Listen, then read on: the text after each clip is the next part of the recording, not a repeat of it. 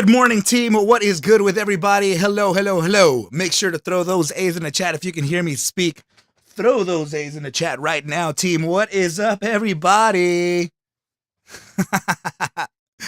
I want to ask, did anybody catch that entrance? That actually, man, look at the target that we're at right now. FNGR currently sitting at a just touched 722. And we were speaking about this being the higher probability entry zone, right? So, so it's looking pretty good already. What is up, Zephram? Bob Welby, Mike, Yardline, what is up? Batter, how's it going? Morty Mojangles, good to see everybody here today. Very excited to be streaming. Very, very, very cool opportunity coming up right here, team. We have made it to Thursday. We still got one more day to go, though, right? What is up, Julius? Good to see you here, bro. And Sebastian Lim, how you doing, my brother? Now, Sebastian, you know what? I think I saw right. You were talking about a potential. What was it? AMC, you said, right? You wanted to know what was going on with AMC. Sorry, what was it? Or which one was it? Yeah, let me get that. FWBI. Yeah, guys, so if you're let's oh my goodness, dude, what? Wow. Oh my goodness, this thing just, oh, look at the resistance on the daily. Look at the resistance on the daily Gaussian. It's bouncing right now from the mean at 9107. I'm not sure if it's going to be able to hold. Chances are is that the daily high is already printed. It might come back and retest that resistance of 106 before eventually falling back down again. And we may be chopping here. I'm not sure. But this is why? Why did it do that? Damn. Healthcare stocks mixed pre-market Thursday.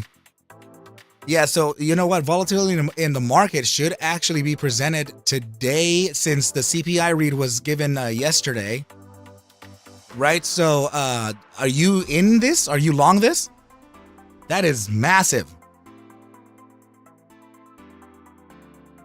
And by the way, actually did a very late. Actually, I did a very late night scan yesterday on this ticker, LANC. Hold on just a second, though. Just a second. LANC. Yeah, I think I did it here. So, team, if you are curious, all right, so I put this, I couldn't post it. It was too late last night, right? I think I ended up getting it just for the Discord. Oh, yeah, I did post it for the Discord. Great. Oh, thank goodness. So if you are curious, I am actually waiting to play this. And I'm waiting to see if we can get the resistance. And I want to see if we can come back to this area here at 164.67. So if there are those who play really actually safe plays, ASRE at no way? Wow. That, damn, do I have money cleared? That is ridiculous.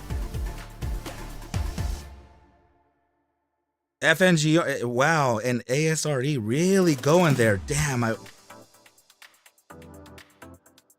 it just ever so slightly hit it, right? Wait, I'm reading 32.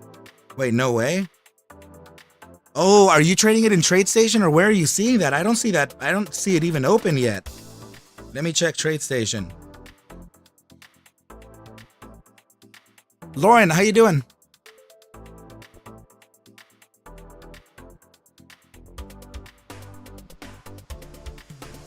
Yeah, let's check that out. Are you able, Sebastian, are you able to see the price action on ASRE right now?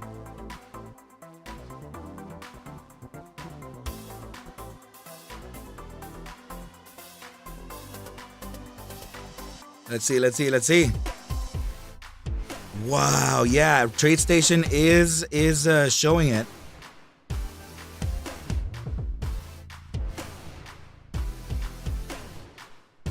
It's recovering, right?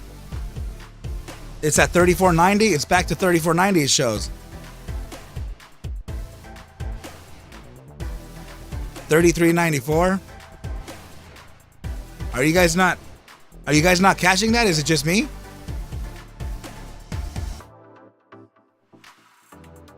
Yeah, look at let's go right. Let's just take a look at FNGR here. So these were if you caught the live stream last night for the analysis, we were speaking of two different targets in the pre-market. We tested that 738 perfectly.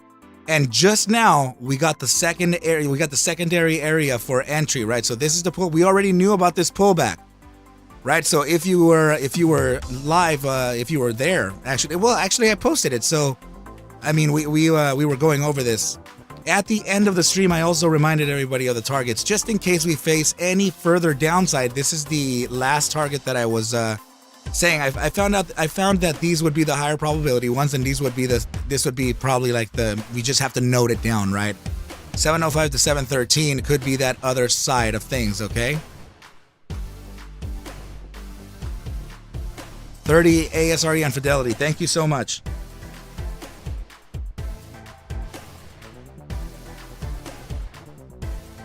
Okay. Very good to know. Thank you for letting me know, team. I hate that I'm not catching it here. Oh, there we go.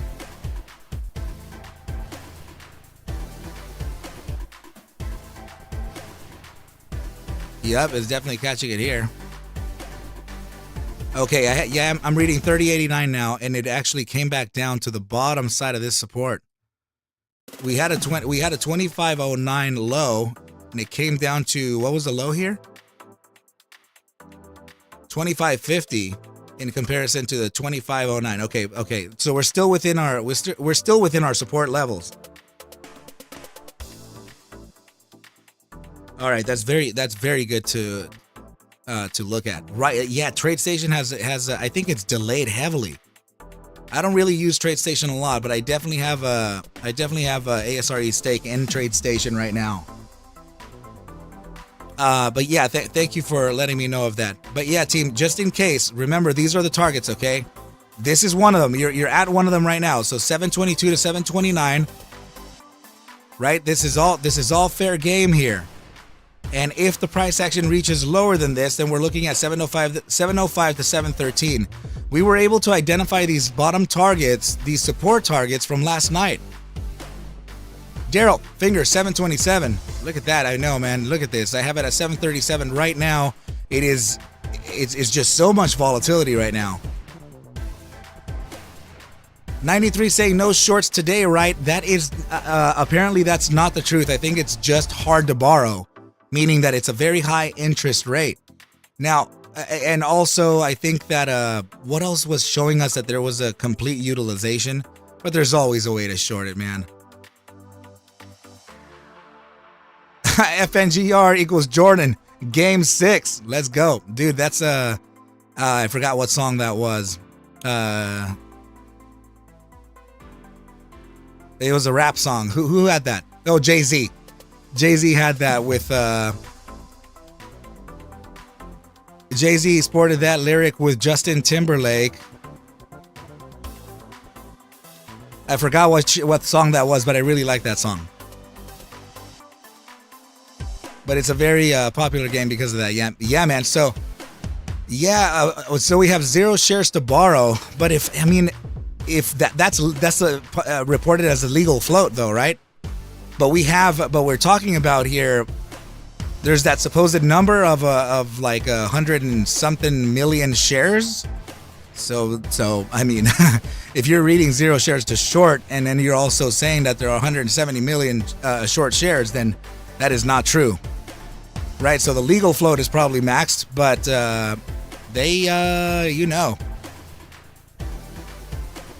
Yeah, exactly. And actually they can create naked contracts too, and that's actually something that's usually done on a daily basis. Yeah, that's what the Brazil show. How you doing? So we were talking about that about a few days ago. A collective effort by putting your sell limits to high numbers to pressure the algorithms for that upside, right?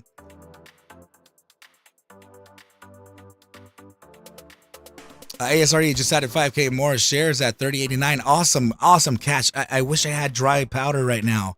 I was looking at it like, oh man, why? So yeah, very, very curious downside here. That is It's only presenting to me an opportunity. Remember, this thing is the Kramers are short this, and they are currently, I mean, I still think they're way underwater, right? The asset is just still up from this bottom. Check this out. The asset is still 227% up from the initial run. So there's still absolute pressure being applied here on the short bias. Lauren Wood, yeah, make the squeeze better. Let's go. Good till cancel orders help. That's right, BBJ. Thank you so much for sharing that. Rosy Gray Glasses, you put your GCC orders on. Right. So remember we were talking about this, I think 2 days ago. Let's see, Fidelity was not allowing you to go beyond, I think we said it was $42. No. This, guys, this is not the end of FNGR. Not at all. I now see those who were not present for the those who were not present for last night's stream, right? So these targets that you're looking at, I'm speaking to you directly, LPB. The targets that you're looking at here, right? The 729 to 722, this one up here that we tested in the pre-market, 738 to 740, and this bottom side target of 705 to 713.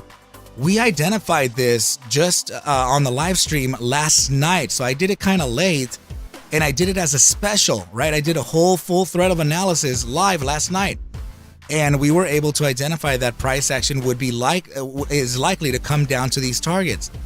We expressed the higher probability one being the top one, and then this one here. But I said that this bottom side target, I said that, you know, we have to acknowledge it just in case price action reaches down that low. But the probabilities are is that we could be facing here these support levels for reloading, and I think that's a great thing, right? We'll let the algo favor the downside here into 930, and right as we get across that 9:30 a.m. mark, we'll start recovering till around that 10 a.m. Pacific time, right around the end of lunchtime NYSE, and then the shift of the algo would naturally do its thing alongside the bulls too. So I believe that this could just be a temporary downside, and just like we said last night, we already knew this was coming, right? So I felt that it was a very good stream last night, considering the accuracy that we're getting thus far, right? So it's pretty good. There's movement from, let's see, this movement is from borrowed shares. You know what? In that long video that I posted, I think on Tuesday, I believe. I think it was Tuesday. I ended up sharing my thoughts about the $8 target, right? So I said that we'll likely face, a pullback here upon that $8 touch. We reached the top side of just 797, and we're getting that pullback now. So it's just a very psychological area. So it's breaking. We're trying to break a dollar mark here, and this is exactly what I teach my master students. Never set your buy limits at the price directly. You want to give yourself some pillow room in order for you to acquire that top side target. But let's see. So let's go ahead and just take a look at a couple things here in the shorter term. So 30-minute time frame, 30-minute time frame, EMA 21 is serving. Let's see if it is. Yeah, EMA 21 is actually serving pretty nicely right now as a resistance validator. So let me see the 8-hour time frame. I want to find where. Okay, it's way too far here. Let me see the 6-hour, and even there we go. I think the 3-hour maybe. Show it. Here we go. Ooh. All right, slight resistance here on the 3-hour. It's converting into support. It's right at our entry. But let me see the 4-hour time frame. Was that too low? Wow. The 4-hour time frame, EMA 21 would be suggesting 705 to 713, but I think we may be catching something earlier than this. Let's see. All right, nothing there. Let me see the SMA 50. Is it being displayed? No. Okay. Let's see. The 9 is a little too far away from us. EMA 20 slightly there. Yikes. Okay. All right. So let me check the 6-hour time frame with the new time frames. Let's see. I want to know where we're catching this support other than candles, right? Yikes. Okay. So, man. Price action. Let's see the support. There it is. Okay, so this is the support that we're catching right now. Right at the top side of this, which was the peak, which was the 52-week highs, July 12th, 2023.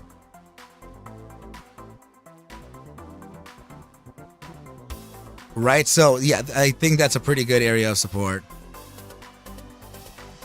Currently sitting at $7.27. I'm not sure that it's going to surpass that. I'm not sure that we're going to be able to reach this target down here. So now that we know that, let's see.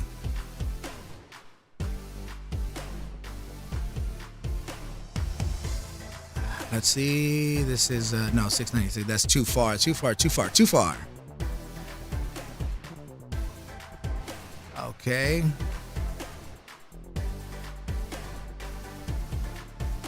Yikes. Okay. All right. Yes, this was a critical level the whole time. Okay. Yeah, team. I think we're looking good. The downside still appears to be just temporary. I think this is too far though. Let's see. Yeah, 716. That 713 to 716 is appearing everywhere. So that I think that could be our bottom side here. Joe H, how you doing, brother? Dude, for a short on FNGR, because of the psychology behind this, bro, I personally wouldn't find the edge shorting this just yet. And that's only personal, right? But if you see the opportunity, then kill it, right? But in my personal opinion, there's too much of a psychological impairment in order for us to determine a successful upside continuation or downside continuation at any given moment. So I mean, but to be frank, I also could be speaking in bias because I'm long the asset, but at this point, these targets that we're reaching right now, Joe H, we saw these last night on the live stream. So the live analysis live stream, right? So we said that it would be a temporary downside here, and then we would be facing recovery. So now what I want to do here is just like we spoke of yesterday, right? We were talking about the RSI zones. So in this case, what I want to do is find where the RSI signal, this is upside of the SMA 14. So let's go to the 5-day maybe. Okay, the 5-day has it, but I feel like that may be a little far away. Let's see the 3-day. Okay, 3-day also has it, still a bit far. Let's go to the bi-daily. Okay, bi-daily is looking better, and also this is the gravitational zone here, so there could be a pretty nice bounce there. Let's see the daily. Okay, this is starting to look more like it.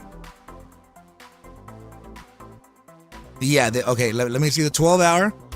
Yeah, okay, so it's the daily. Daily time frame showing that we still have some more downside here to face. And where's the price right now? The price is at 725. Daily RSI is still showing some downside. I think it could be flexing just again into that 716. I'm telling you, look at this. I have that 716 marked everywhere. 716 to 713.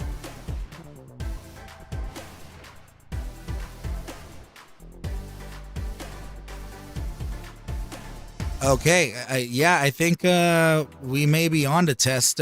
We just started the new hourly candle. We may be on to test this bottom side again. But like I said, team, it's temporary, right? And please remember that if it does get here, if it even does get here, it would be 705 to 713. But please remember that this is a huge area of support. and it's actually shared. It looks like it's happened here a bunch of times. Let me just draw a line there, right, so I can show you the relevance of that. Here you go. This is that support grab there, right? And look at the price action. It came down right to that, right? 716, I'm telling you, that one target. And then we come back all the way over here. Take a look at this. And take a look at this. Right, so there's high relevance to this. There's high relevance to this newly converted support. So I think it's okay, and this is just, I see this as a temporary. Like I said, team. Like I said, these are the entry zones that I'm thinking of. If I saw further downside, we have to break inflection, and the inflection points for this particular is kind of far away. It's right down here. It's a range too. Yeah, I'm sorry. It's a range too. Let me give it to you. So meaning that if I were playing short this asset, I would wait for closure myself. I would wait for a break of at least, I would say at least an hourly to 4 hour candle beneath 630 and 641. This would be a bounce. This would be a bounce area here. It would probably, if the price action did that, right? If it capitulated, there would be an immediate drop here, and it would just dead cat and then continue, right? Use this gap as support, validate resistance, and continue. But in this case, I still have to stick to my guns here. I think that this is just the bottom side support that we're looking at. There we go. Price action is coming down to the 716 again. Let's look at the daily RSI and see how that's looking. Forgot where we had it. Let's pull up that thesis. Here it is. Let's look at the daily. Where is it? Where is it? Where is it? Okay. Yeah, we're looking to get a bounce here from the SMA 14. I do not suspect the price action to immediately touch there, and I think it's the best thing that could happen. And why? Is if you remember last night's analysis, look at this. We're getting very close to the gravitational zone. Okay, so if we start touching the gravitational zone here, we may be at risk of falling deeper and then using the buy daily as that area for bounce. This is in the opposing side's gravitational zone, and then we could use that plus the SMA 14 for a bounce. Okay, but for now, I see the daily is the closest proximity. I have to favor that.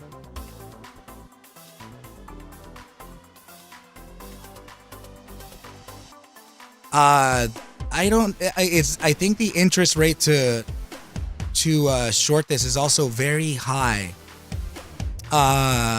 Joe H, check your broker. It may be signaling a hard to borrow, the HTB.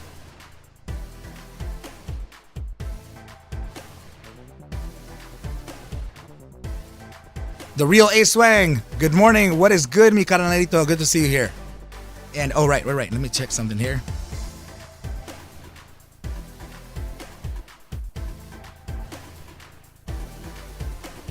Let's see.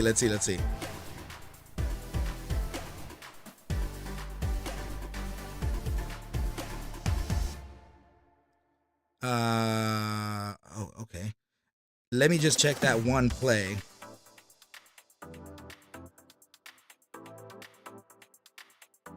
Yeah, team. I would have to stick to my guns here. I think it's pretty hard. It's pretty hard. Yeah, we already got that spike down to 4.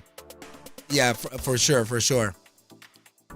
I see this as just a temporary downside, and also I think the interest rate, or I'm sorry, the rate, the borrow rate is extremely high right now, and also, I mean, of course, you can identify these plays for yourself, my brother.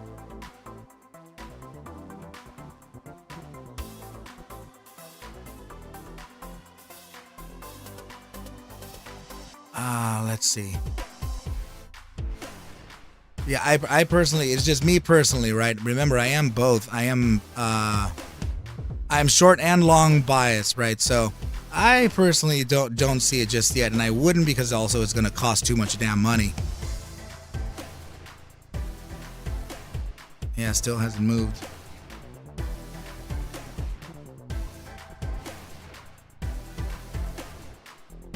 All right, so let's check in on the other place for now. So what is God, I don't understand why it closed like this. Like what is going on with my chart? Right? So GTII currently sitting at 95. Oh, I mean that doesn't look like it came down much. Let's see. Yeah, it's actually recovering right now. We did get a little bit of a shakeout here. This is we came back down to around 87.50 to the inflection zone. Now, yeah, this is marking off an inflection zone now. So let's go ahead and take that into account. This right here, so that 87, what is it, 60? 87.60 to about 86.09. We definitely don't want to start closing any candle closures beneath this. Definitely don't want that. Irrational exuberance, says Joe H. FNGR has a following like this because retail is scared to death to touch everything else. Seems like a Hail Mary for the lost other plays. Yeah. I think that's right. It really is, and it's currently up very aggressively. I think let's measure that. Yikes, man. Yeah, this is not even it, dude. Not even there. For the master's students, I signaled this right in here, right around I think we were at 170 or 160, right around here, signaling the three peaks. That very same fractal that AMC did before its breakout to $25, it did that same thing. Drop, lift, three primary peaks being this one too. We have that lift off, reaccumulation, and upside, and it's just doing that same thing. So over the last just few weeks, over the last few weeks, my brother, 129 to I'm sorry, I didn't get the right tool. 129 to the current 763, it is up 466% and in the validation process of critical supports. This is why my bias is slightly different. Let me show you this. What you're observing here is a multi-year regression, and I mean perfect contact points. And look at price action right now. This, and theoretically speaking, information analysis and psychological objectives, this breakout here, minimum is talking about a $40 target. But I don't, you know me, right? You know me. I can't, I don't even see that yet. I want the 880 in the first place. Right? So, yeah, so Joe H, thank you for showing your thank you for sharing those thoughts. So I'm speaking to you to see if we can get if I can understand the short play too. But you know me, man, I'm both short and long, so and I would have already pointed this out as a short too. But I think it's in the process of making some macro decisions here, man. These are very important closures that we're facing right now. And also you're barely getting into the green here on momentum. This is using a MACD. Let me see.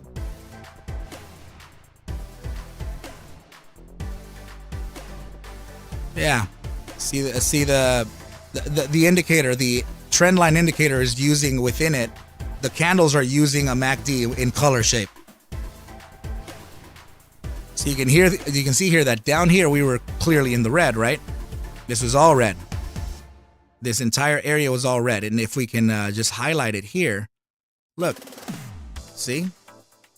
That entire area was just like this. There we go. Yeah, this entire area here was red. And then as it starts lifting, right, you start getting those greens into the middle zone, right? This is the mean of the MACD. You can see that that was the first candle that turned orange. And as we started clearing the orange, it started turning yellow, and now it's green. So it's barely making that crossover into the green.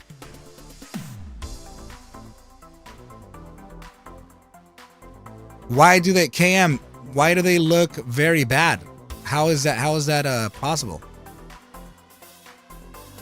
And how is FNGR looking bad? It's it's up 466%. That's pretty bad for the shorts, if you ask me. That's kind of death here for the shorts. I don't know. I'm trying to find out how, and could you explain it to me in a deeper detail here? How are you determining that it's bad? Can FNGR sustain and maintain or add additional interest to keep retail's attention going? Yes.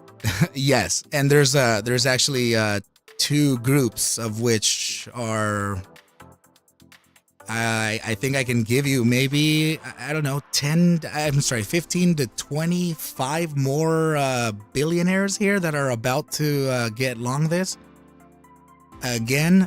And so I'm not talking about fundamentals here. This is just what we're told, and actually the statistics back it too, which is really interesting. But yeah, so yeah, I'm speaking to KM. Could you elaborate more on that? Right, because in the stock market, you can't just say it looks bad, stay away. Like, what does that mean? You know, are you observing momentum? Are you observing, or do you have a back test of volatility that I haven't known of yet? Or are you aware of a catalyst that's coming out that's not good? So I want to know how it is that you're determining that it just looks bad, because that's not really that's not really like a thesis here. You know what I mean? That's you know, there. Hey. First of all, there are bulls up in here that don't even like me because I'm not even focusing. I'm not even focusing on a $3 target. I'm sorry, a 3-figure target. Right? So, but I just want to know how you're coming up with that. That's all. Double X Arca, keep trying to catch your eye. Was on last night, laid low. But can you direct ASRE thinking about shifting to FNGR?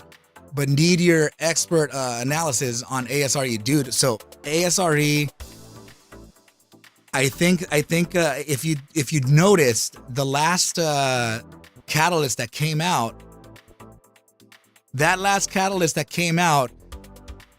did you notice how we weren't told who or what? That is the second half of the catalyst that I expect to maybe get resolved. And the very thing that's going to send this thing on to a little bit of a silly run.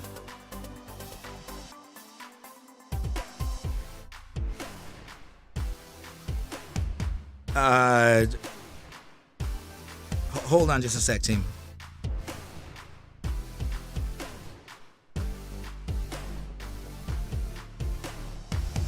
Let's see this. Okay, yeah, so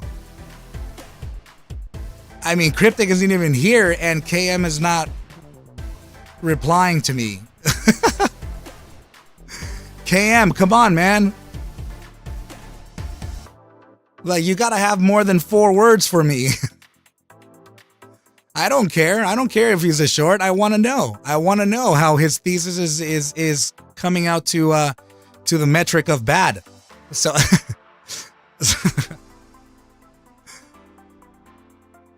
You know,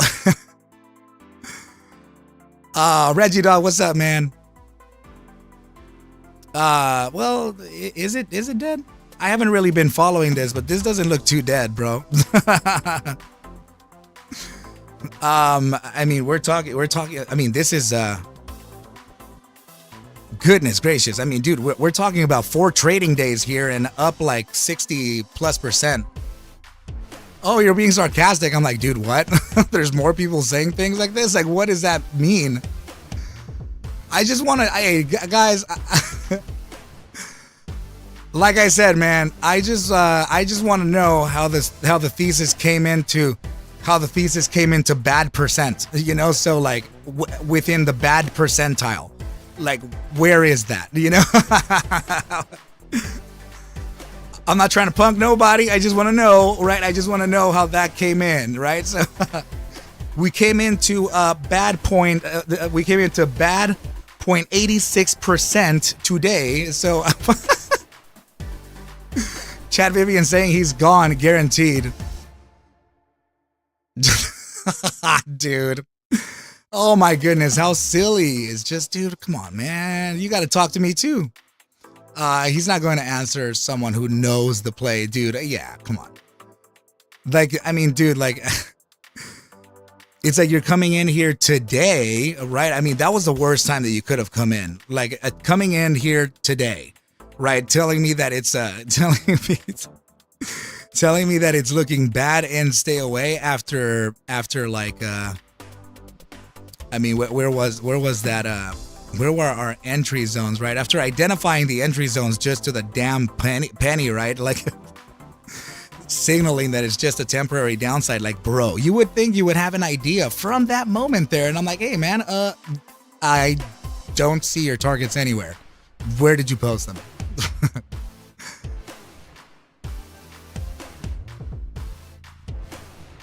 Let's see. So, yeah, right. So Lauren said, let him short it. Actually, if he, man, that's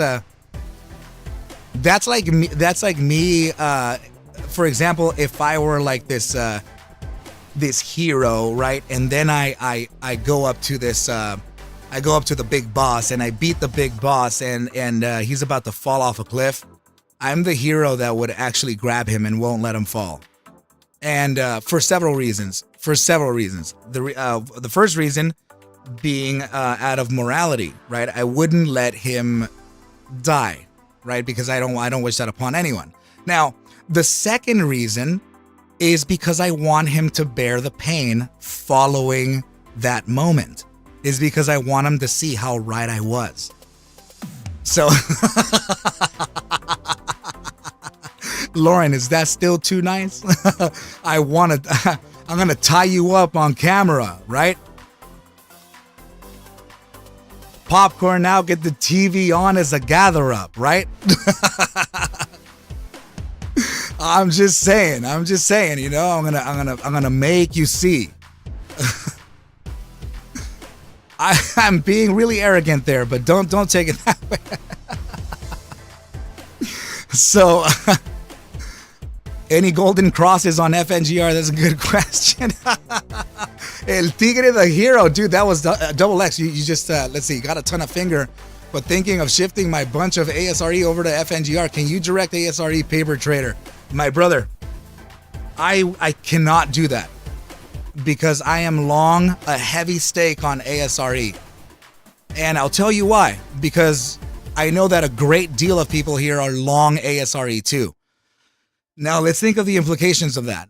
If I were to say, I'm going to remove because trust me when I'm telling you right now, dude, that I have open liquidity I'm still sitting over 100% up on ASRE as we speak. Right? So that means that I literally have free money right there. That's just waiting for me. That's just kind of lingering and fluctuating within these targets. I would love to remove that so I can get long FNGR, but remember the exposure that I have here, right? So I'm talking about between Discord, Twitter, and YouTube. You're talking, let's see, the better part of about 14,000 followers, right? And subscribers here of the Arca Bulls team. So, which means that at any given point, some ASRE holder that is a shareholder that also follows the Arca Bulls team is not aware of my live stream or aware of any type of video that I'll put out, right? So remember that I have to express full transparency because of the public video post. So if I say here that I'm just gonna pull it and just get long FNGR, I would honestly expect a 500,000 to 700,000 share dump based on the Arca Bulls team liquidating their position. that kind of pressure would send ASRE to the freaking floor, right? And it would leave a lot of my community members absolutely bag holding, and I will not do that. I cannot do that.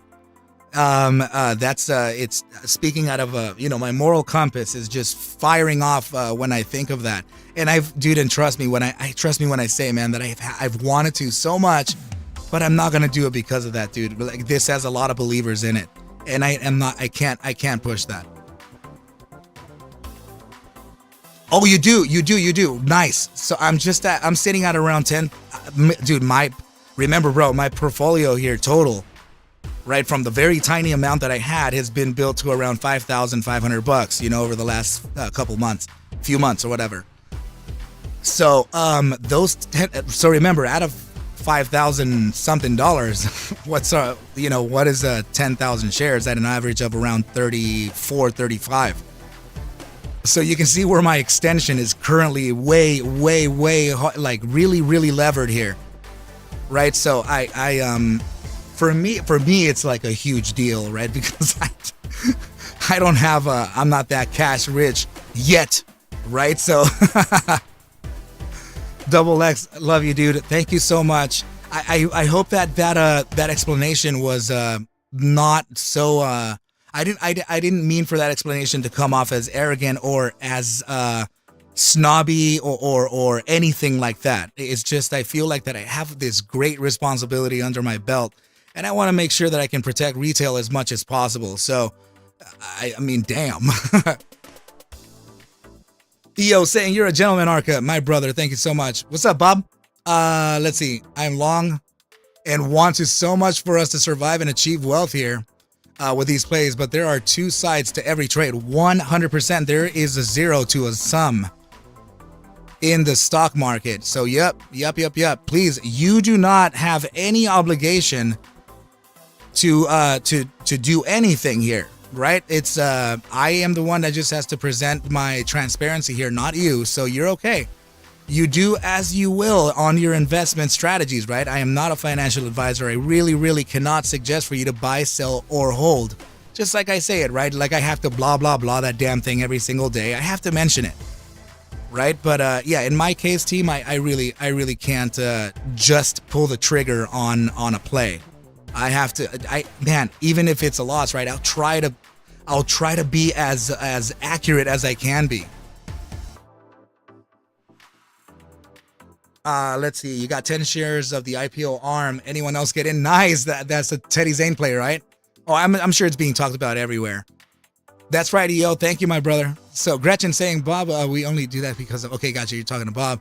And Double X, the explanation is 100% professional. I thought about the question and knew it was a tough one, dude. Yeah, no, but it's okay. It's okay, my brother. I think it's okay to ask the tough questions. It definitely puts the fire up under my butt, and I have to just answer as honestly as I can, because I'm not gonna hide anything, and I shouldn't.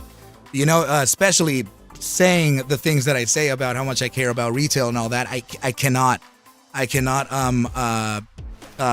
put up a false representation of whatever that is. It just comes within the responsibilities here of it, I guess, of an influencer, right? And I have to embrace that too. Never thought I'd be one, by the way, but unfortunately I have to embrace that. Is ARM already getting halted? Let's see. So yeah, why is ARM stuck at 51? So it's a halt. Damn. Wait, $51? Did that open at $4? Oh, it's not trading yet. Awesome. I see ASRE dropped to 3 cents. Not too long ago. So I didn't know if it was a late buy. Oh my goodness. I just don't have any dry powder left, and I would totally be bringing it down right now, man. Because right, it was kind of hard for me to get into the 10,000 share, right, and also still have liquidity to trade FNGR. FNGR currently sitting at 723. Let's go back to the levels of support. I think I may have them.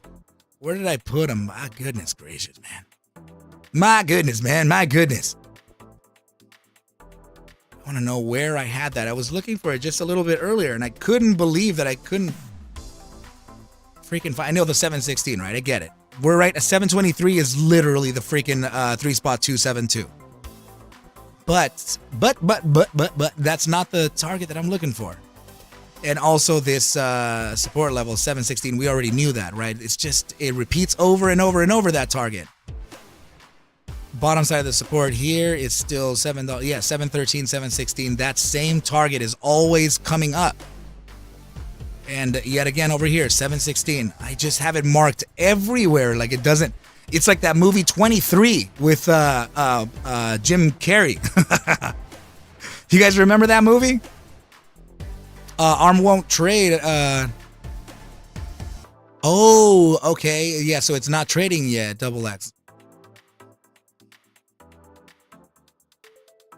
I was there. Yeah, I think there was I think that already passed the early access to buy that. I think even I think Robinhood allowed you to do that or something. I forgot what the brokers were to get long the asset.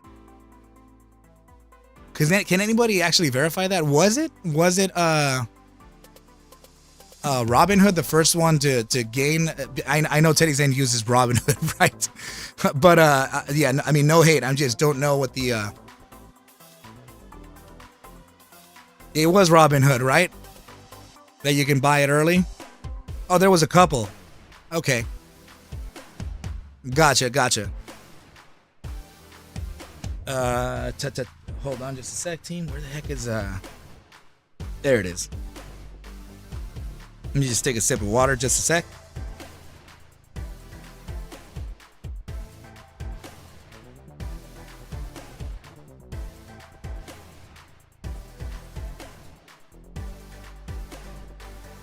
Yeah, still trying to find that. Still trying to find that chart.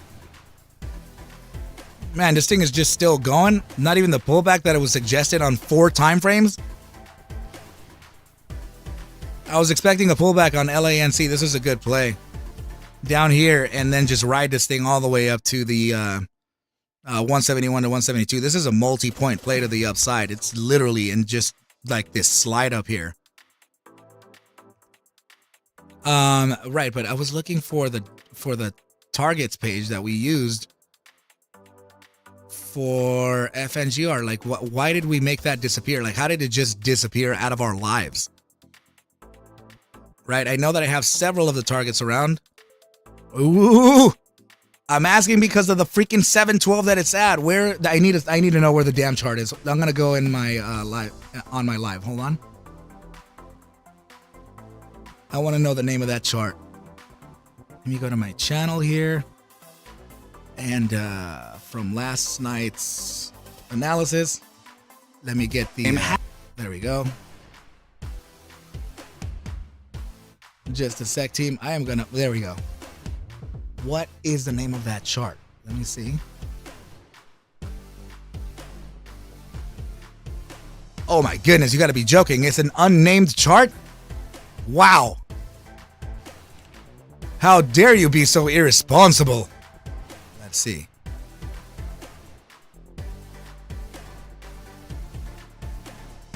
Today is it's 9/14.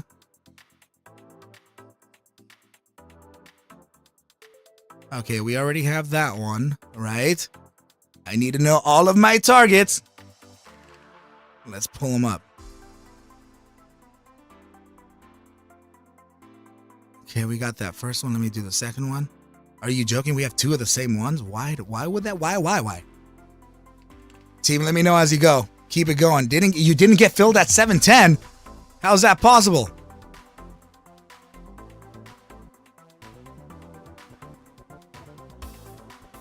Don't tell me that all of these are the freaking same one. Yeah, where? Oh. Where's it at, team? Where are we at? Where are we at?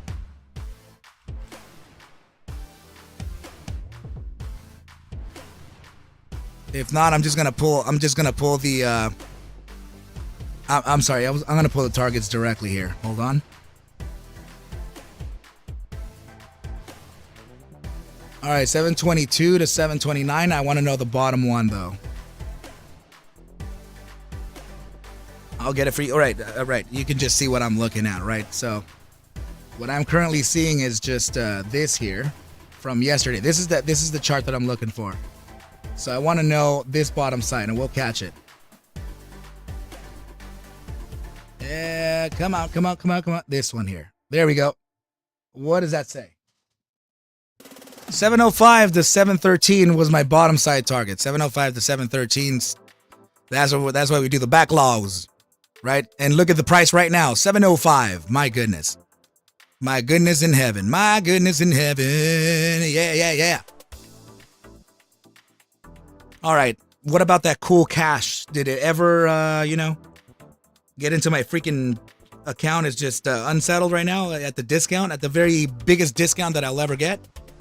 Cool. Yay.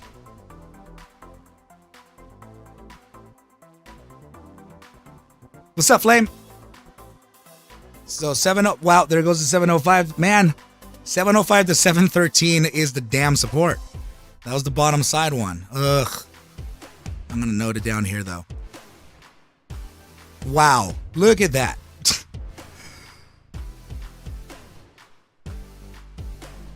Yep, this was the bottom side support, the third one, right?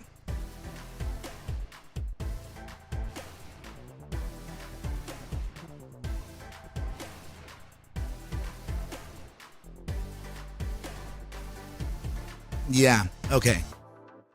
And you know what? I'm just going to have it. I'm just going to have the other one here too. Was this 738 to 740? Yeah, that's good. That was still good. The other one, let me see. Yeah, that one. 722 to 729. I'm going to just have it in one of these in the master layout. 722 to 729. So we don't freaking forget. Here it is. Right? So here's our bottom side, just like the one that we touched right down here on the video from last night. Wow. All expected price action, team. So now let's see if we got anything transferred over here. Oh man, that is hot. I have not gotten the damn transfer.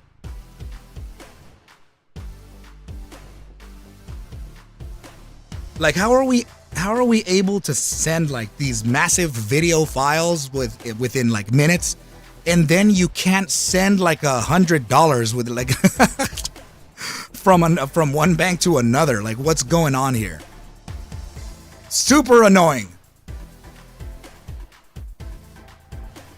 Manipulation on FNGR, sure, let's run it. I'm down. What if there is? Right, what if there is? Here, let me close this one out.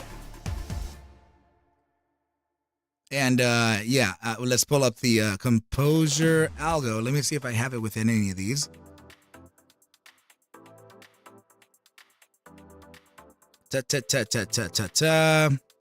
I'm down to run it, man, because what if? And I mean, now look at it. That guy KM just disappeared, right? I just really want to show him this. I want to show, like, dude, how this is, look at this, team, 710. We're sitting at 710 right now. Like what, how does that, like, what do you mean? How does that look bad? Like, how, goodness.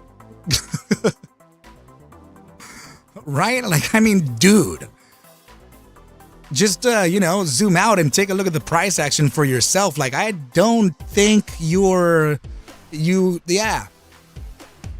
I wish I can. Yeah, I know, Zephram, but that's the whole point. That was the whole point of what I was saying. I'm sorry, I got stopped on my tracks. I was gonna say blockchain, everybody. Blockchain is the answer to that. Mark Roach saying, don't forget to like. Absolutely, my dude. Thank you so much for sharing that. Hit the like button, subscribe to the channel. Definitely make sure to hit that bell notification so that you are aware whenever I am streaming live or posting anything, really. Whose computer is upside down? Oh, his computer is upside down, so he's actually long, but we just didn't know it. It's just, dude, I just want to, hey man, I invite I'll invite whichever basher, right? I just, I just want the basher to come and I just want the basher to come by and have a conversation with me, and a mutual, a civil conversation. And I want to hear it, right? I want to hear it. I want to just see. But I'm aggressive like that, man. You know what I mean? I'm aggressive as all hell. So, but I'll do it. Science rules. Thank you, my brother. Appreciate you. I know, but see, when you're saying I think we're going to 4 cents, is like, how did you figure that? And I'm going to tell you right quick. You mean you got your thesis from my play, right? So I called the 3 cent bottom, and that's the only reason you're saying it, is no one would have said that unless I pointed it out, and no one has until I pointed it out.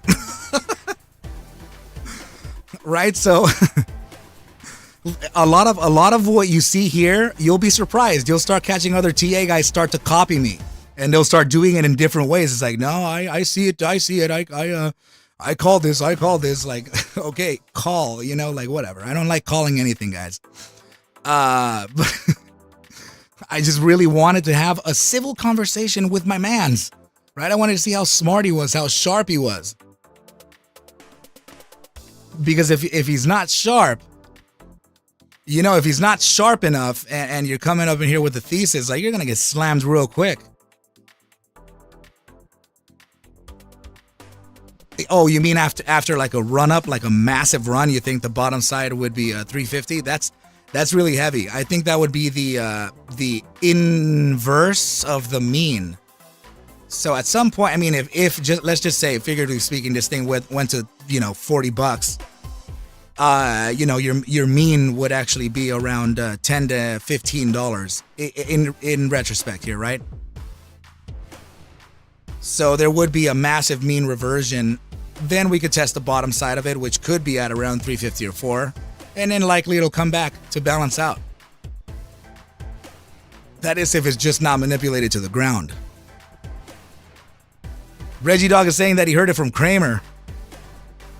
I mean, Kramer is also not doing too good, right? So Kramer is, let's just put it into simple terms here. This is where Kramer's at, right? Negatively speaking. So this is just 0.31% away from 200% loss. Okay, so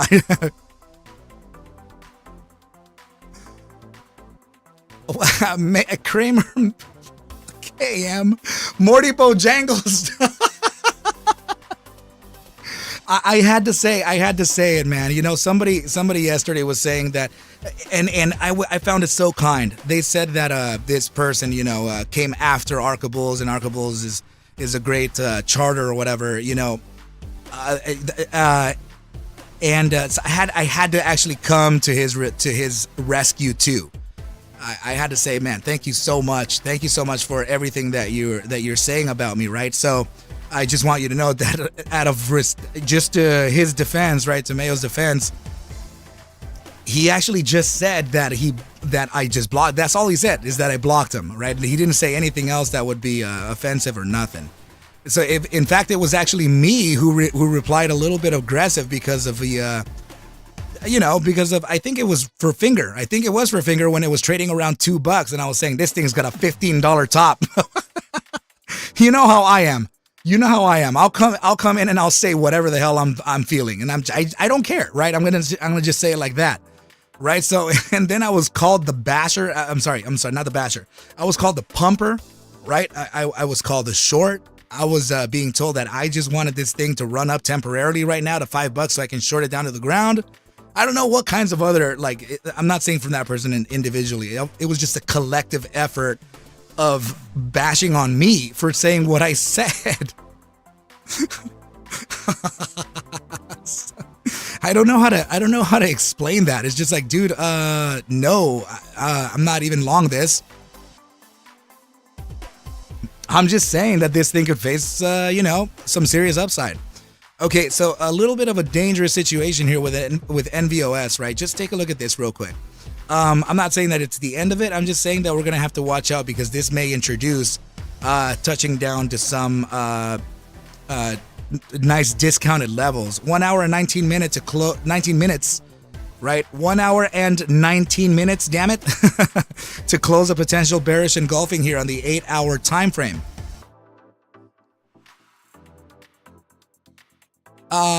Let's see. So Dark Zenon, that is an amazing question, my friend. They're actually. So I'm gonna be completely transparent with you. I'm not holding the entire position to sell at a top. We're never gonna guess the top side. There's no way to know what the very top side is gonna be. Bouncing off of that $7 mark. Ooh, that only makes me feel that recovery coming in at 9:30 or 10 a.m. is going to be even more violent.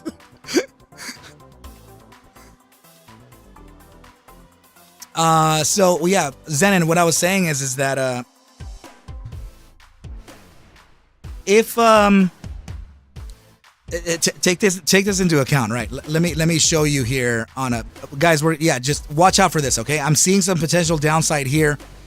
We have an hour and 18 minutes to validate this bearish engulfing. If it comes to that, right, our first area of support, and I think we can actually touch this within the hour, is 4081. Okay, so I think 4081 being the fair value gap here, or the imbalance, I believe that can serve for a nice bounce and hopefully recover so that we don't close a bearish engulfing. But if we do, then we would be introducing ourselves into the invalidation zone. Right? So, and you guys know that I usually find my most valued entries at the invalidation zones, right? So, yeah. I think, let's see. Yeah. So that's pretty much the play. Right now, it is testing the top side of the fair value gap, right? Let's see if it can hold the 4210. It's at 4250. This is already a support area. I'm just gonna draw it in for you, okay? Just like that. What I'm observing here, I'm gonna explain the how do we know part of FNGR, you know, the top side, right, to sell. So this, between this wick and this wick, okay, that's what I'm actually looking at here as a potential support before a bounce.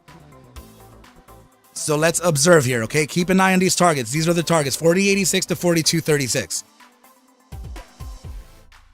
691 and FNGR getting a shalammed. Careful, team. These are actually stop outs. You're actually getting sell. I don't even think it's short pressure. I think it's actually take profit and stops. Keep an eye on it. So anyway, if this thing, Jesus, let's look at it, right? 691, 2.618. We still have all these supports to go. Careful, team. This is likely to start stopping out people.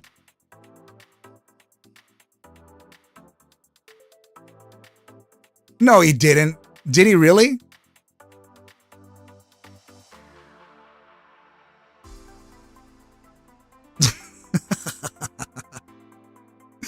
Did he really? He said it out loud? Why would he do that? To catch the better entry? My calls are still in the money. I'm still up. Finger is getting the hammer.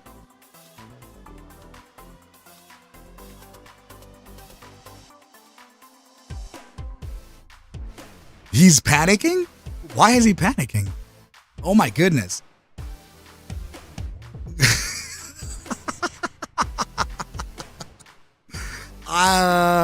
Yeah, I don't see an invalidation yet.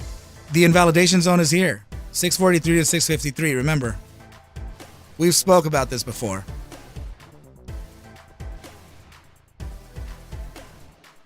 But I'm trying to take my time with finger, but not so much time I lose out of the high. Right. So, yeah, man, if there's any opportunity here for FNGR, this would be it.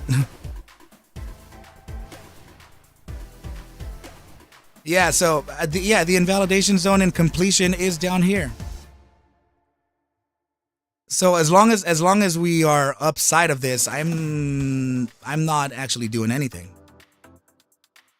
That's my point. Is just I don't even have my damn dry powder cleared, man. This was the spot, man. This was the spot to get in. Jeez.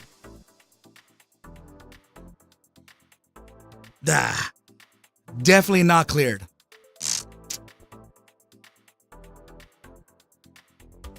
Definitely not cleared right now. Okay, let's get into it. Yours are back to zero? That's insane. 665? It almost touched that, right? The low of, let's see, 670. My sixes still haven't, I'm still in the money on my sixes. How are your guys zero?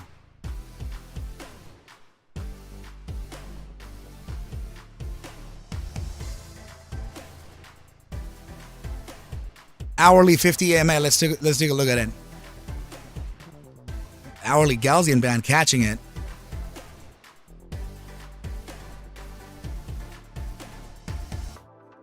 I see what you mean. Yeah, that was a really clean grab here. So let's do this real quick. Let's observe, and let me get rid of the Gaussian channel here.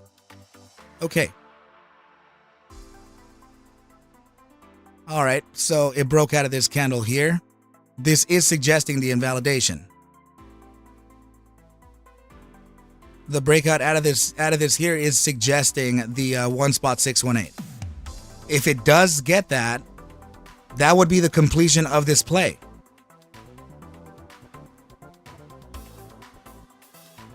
Joe.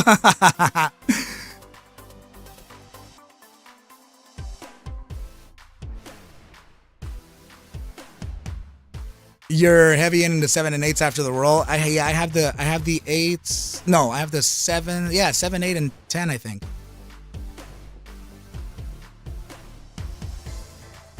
Let me. What you drew? Yeah. Let me pull that up.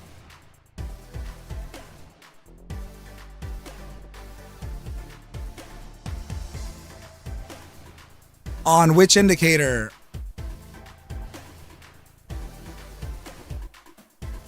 Sebastian, what indicator was that, brother? Lewis just said, I'm about to panic, buy more. Dude, that's great.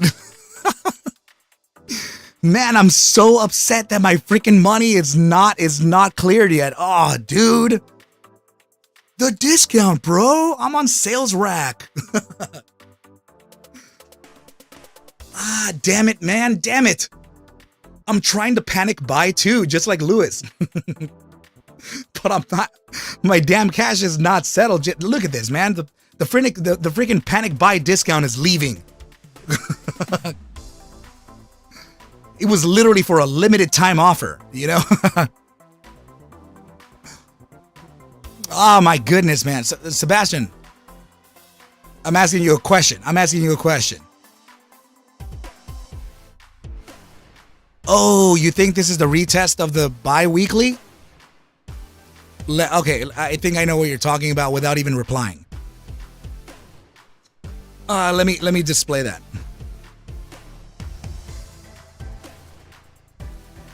Goodness Lord, it is. Good eye. That is incredible, bro. That is a super sharp eye, man. I gotta give it to you on that one, dude. Coming in with the Superman eyeballs here. Sebastian Lim totally saying that the freaking, like, this is just a regression test. We broke out of it. We're coming back to test it. You saw it first, my bro? Nice. So, yesterday I spoke of it, right? I said a 696? I don't know. What do you mean? How did you leave me behind? Oh, because you guys got the discount? Yeah, it's okay. It's okay. Oh my goodness, dude. I'm just so upset that I wasn't able to catch that, man.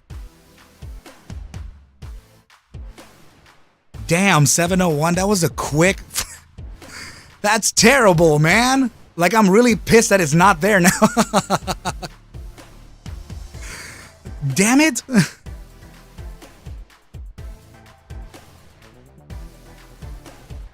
Yeah, what if look, check this out. The shift of the algos haven't even started yet, right? That's going to start at around 9:30 or around 10. So upon that, yeah, I know, Kit, I don't have the dry powder in, man. And I was just telling the team, I'm like, oh goodness, you guys, like I don't have the freaking thing to execute the trade. Ah, that really is annoying. Reaching that sick, dude.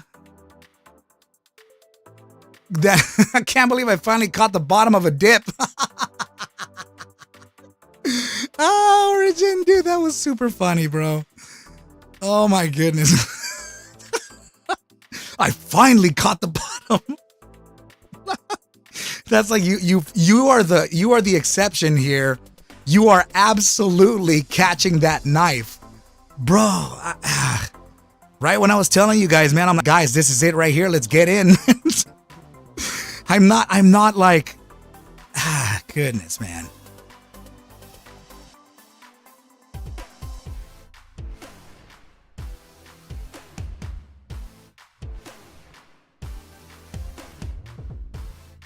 What? How? Oh my goodness.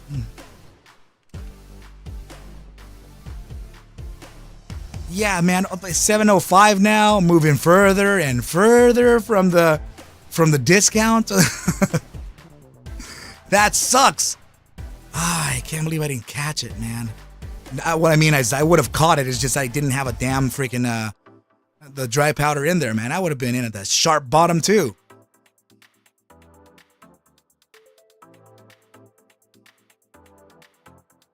What was that low that it touched? Man. Man. The low here was 670. 672. The goodness. That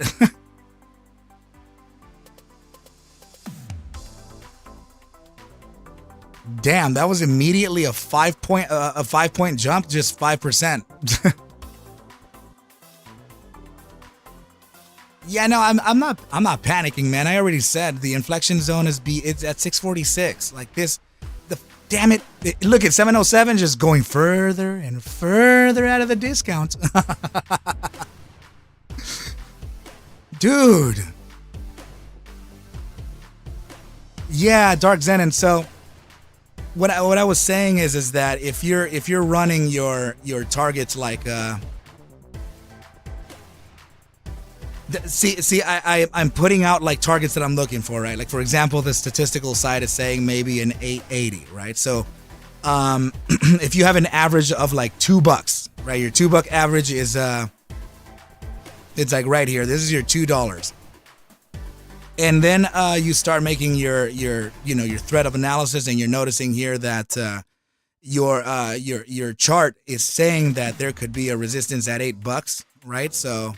Like there was at the 8 yeah, let me just put them up, right? So that you can understand what I'm kind of saying here. And your entry, let's do the entry here at $2. Entry $2, right? So you're noticing your resistance areas, right? So the next one, let's just say that it's going to be very close to this one here.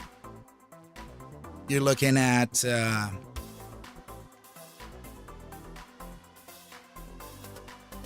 what is this called again? Yeah, you're looking at 880 here. And then for some reason your analysis also meets mine, that for some reason your 1283 target is also an area of resistance, right? So we're gonna put right here that this is 1293, and let's just say that let's just say that like you gave yourself a $20 top. These are now the target of $20. Don't take that into effect here. I'm guessing that one. So let's just say that it were $20. It has nothing to do with nothing. I'm just giving you kind of a play here, just a random thing. So $20. Right? So your entry was initially this here. So which I mean it's awesome, right? So okay. Now let's start measuring, right? It's just that the thing is that I'm not in the let me see if I can get my stacks here.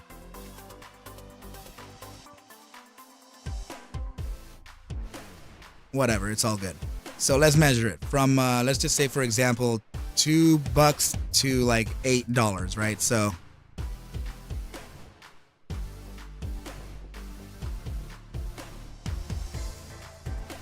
okay. So $2 to $8 would be a ridiculous increase, right? So 300%, right? So, oh my goodness. Arca's already out. Like immediately there, entirely out. So let's just say you have all your shares at $2 and you're looking at a 300% increase here. And you have a resistance coming up. I would remove risk here of around 30%. Meaning I would take profit on 30% of my position at this point. So seeing that $8 to $8.80 may be kind of a distance away. Maybe, I don't know. Maybe I'll do a small risk here, a release. Maybe I'll do like 10 to 15% instead, right? So of your current position. And this would be how you're scaling, right? So remove an additional 15%. Right at this secondary target. So now you have two removals of profits, right? So then if you're looking at 1223 as probably the very top side of your play and you're not seeing anything after that, you already have removed around 45% position, right? Right? So wow, FNGR is at 718. Yeah, man, it's so far away from the discount zone now. I'm so freaking pissed I didn't get to have that entry. Wow. Like that. I'm like over here like trying to transfer cash, trying to get something, man, trying to get the position. And then it's like, no, we're not going to transfer money for Arca right now. And then the cool discount comes in and I can't get long. What? God, man. So upsetting, bro. But whatever, it's all good, guys. I'm just messing around. So now, yeah, upon that next rip, right, so 1293, at this point, we know 45% exit already, right? So I would say 60, maybe another 35%. Or let's just say 40%. Let's just say a clean 40 to mark off a complete 80% of your entire position, right? So remove 40% at 1293. And then from 1293 to $20 or whatever that upside target is, I already have massive gains here. I'm already way beyond my initial, right? I already capitalized on my initial within the 30% of the first exit, right? So now I'm gonna do something called letting your runners run, right? So I'm gonna let them run, and I'm gonna see how far the price action can go. But knowing that all of that money for your runners are gonna be a gamble shot, and you're just gonna have them go to wherever you feel it's gonna go, you know, and you just let it go. You let go of those 20 additional percent to wherever this thing can go on the high, right? So if that's the question here, then you have nothing to lose because all of this is house money, right? You're literally on the house money right here. You just let it run and just see how much more you can collect. And then by the end of your where you feel weakness, then you remove that 20% and you're entirely out. But the whole thing about this is that you set a plan for yourself based on resistance zones that are broken and you remove incrementally. And that is my strategy, right? So it doesn't have to be yours. It doesn't have to be anyone else, right? So that's just kind of what's happening here, right? So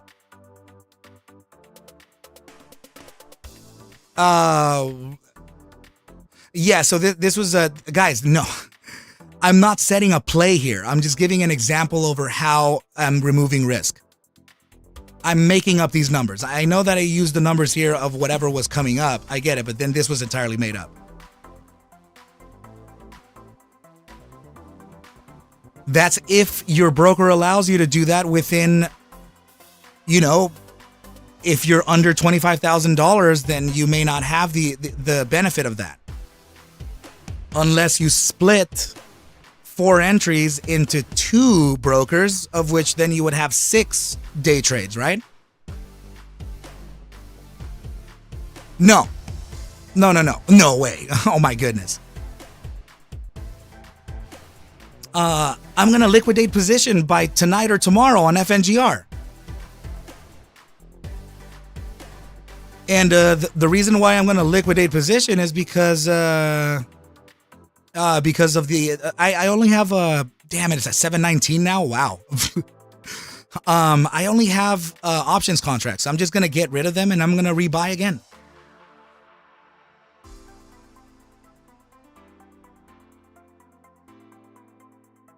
So yeah, guys, I think that's just for you to kind of understand how it goes, right? So, my brother, was that okay for you to understand? How do you think that that explanation was? Remember, this is very generalized. This is not the play.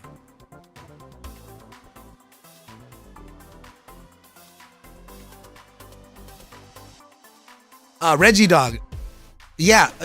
Why would they bail? I think that they would go in harder now because it's at a bigger discount.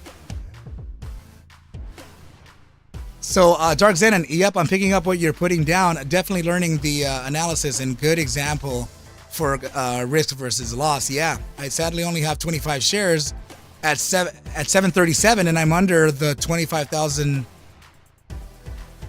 account. Sadly, okay. Yeah, I get you, man. I get you. You remove 100% at $500. Yeah, I mean, that's the whole point of this, so that they can have shares to short, right?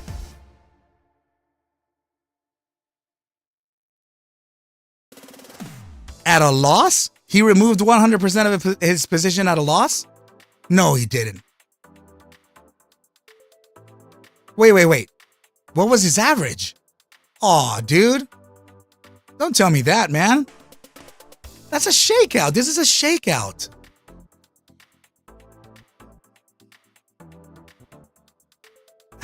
What was his average? No. I have retail over here saying they caught 670. We panic bought.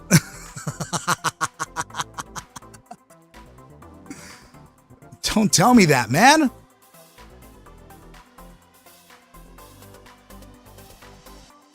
Damn, that's a tough one to swallow, man.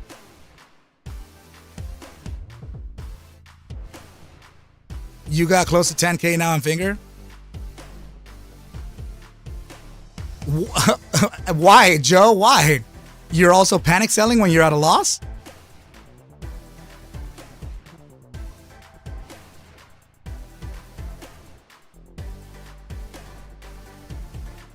Let's see. I've heard you talk about rolling it over. Is that the type of thing that you do when you're in the money? No, that's the type of thing that you do when you're delta positive, meaning that you're green on your investment. Damn, it's at 720 now. Goodness, dude. What? It is literally 50 ticks upside of that bottom. Oh my goodness. 722. Further and further away from the discount price. My goodness. Yeah, I know. Craig, me too. I totally missed that dip. Well, I mean, because my money hasn't settled. It hasn't. Bro. Yeah, this is a shakeout. I mean.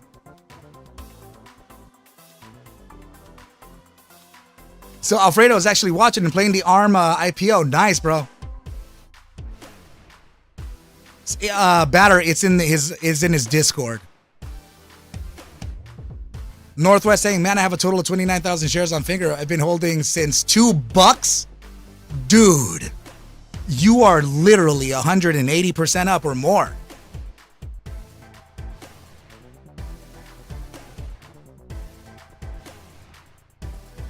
Well, I mean, yesterday we closed at hold on, what was it? Yesterday we closed at 774 and I was already saying 705 last night in my stream.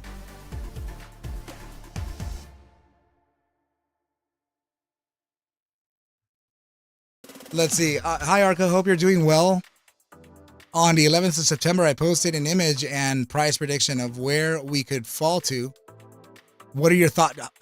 Where did you post? Oh my goodness. I have. Okay. Just hold on.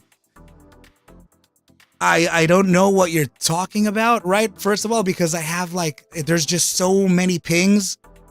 And there are so many DMs and so many notifications that it's hard for me to check all that, right? It's kind of difficult. But where you know,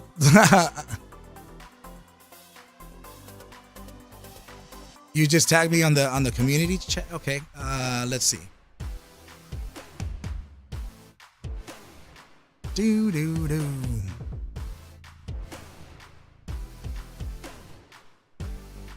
Oh, nice. Let's see. 4 hour. Your take profit for this is the genesis of the formation, right? If it is that what you're looking at. Let me see.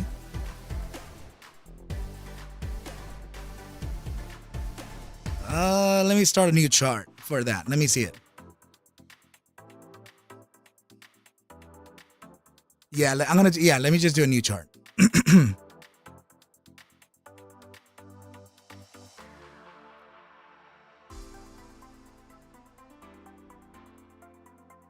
Logarithmic, right? Let's put it on log and move this to the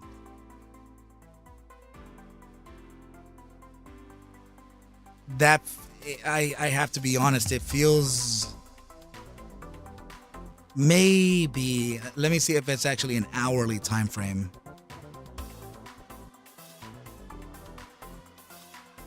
Yeah, it could be an hourly time frame one, but and it may be from here. Let me see.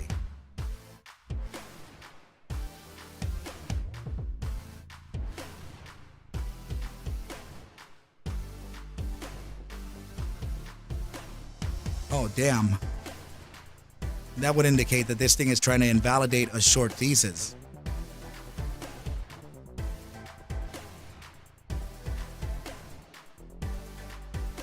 Jeez.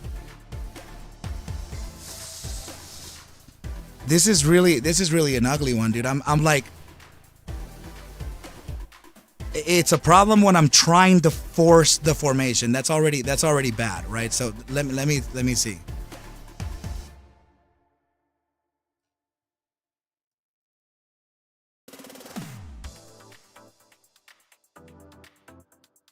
Oh, dude, that's a little tough.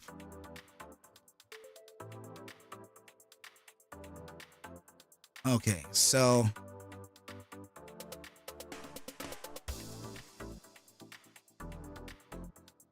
wow. Okay, so in if we're looking at this as an ascending broadening wedge, who the hell Mikey said? No, actually, Mikey Joe H is a really good trader. It's just it just, you know, like kind of like a TZ Trader Zero. He comes off as like not the nicest person in the world, but he is. It's just he's very straight up with his trading, which honestly should be that way, right? We have to be as 728 FNGR. My goodness, that discount is long gone, long gone.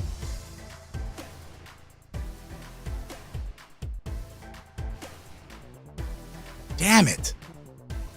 So yeah, just like that, right? But no, Joe knows how to trade. It's just he like I said, he's really, I understand him because I know that, man. I have literally so many friends just like that. No, I probably that's why him and I get along, dude. But no, he does, dude. So okay, check this out, team. This is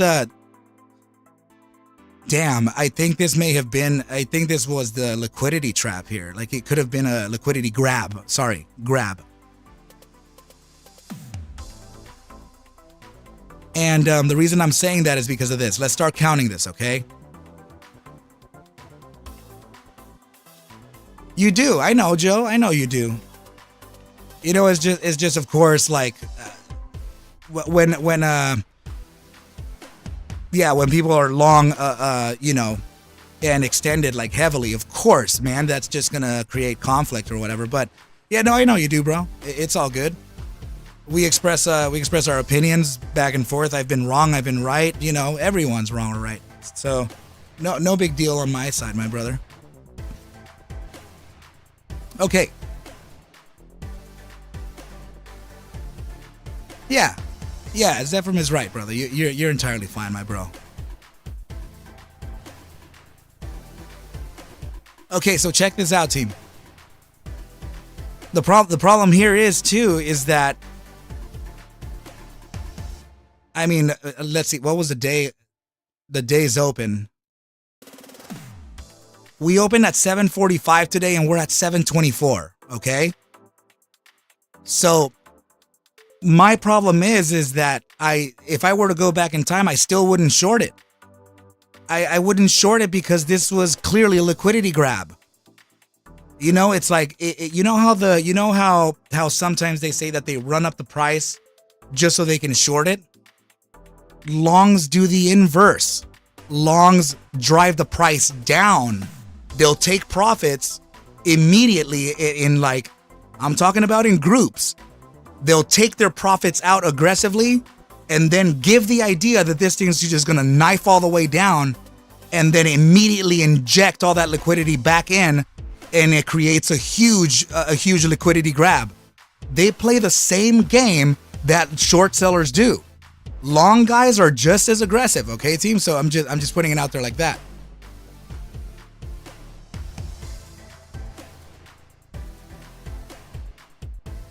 Yeah.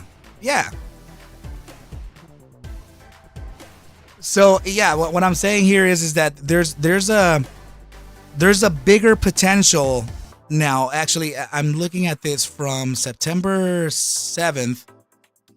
So I'm sorry, who where was that post in the community chat? I'm sorry, that was I have to say that this is answering a lot of questions right now. Let me go back to it. So yeah, Niz 3520 sharing, let's see if I can put it. Yeah, sharing this chart here. There's that broadening wedge, right? This is the broadening wedge. So if this is the case, this is, yeah, like whoever that person is actually Zephram Cryptic smells like pupusas. Cryptic smells like roses. Anyway, so let me explain this. Broadening ascending wedges usually tend to break down after the third test. So just like any ascending formation, it's usually 1, 2, golden rule of 3. You'll get that capitulation event, you'll fail the formation, and then validate this as resistance, right? So the problem here is that when you start testing number 4 and number 5 and number 6 of this resistance, that's further and further invalidating the short thesis from this. And that is a common rule. Yeah, currently sitting at 727, and I'm about to get to that too.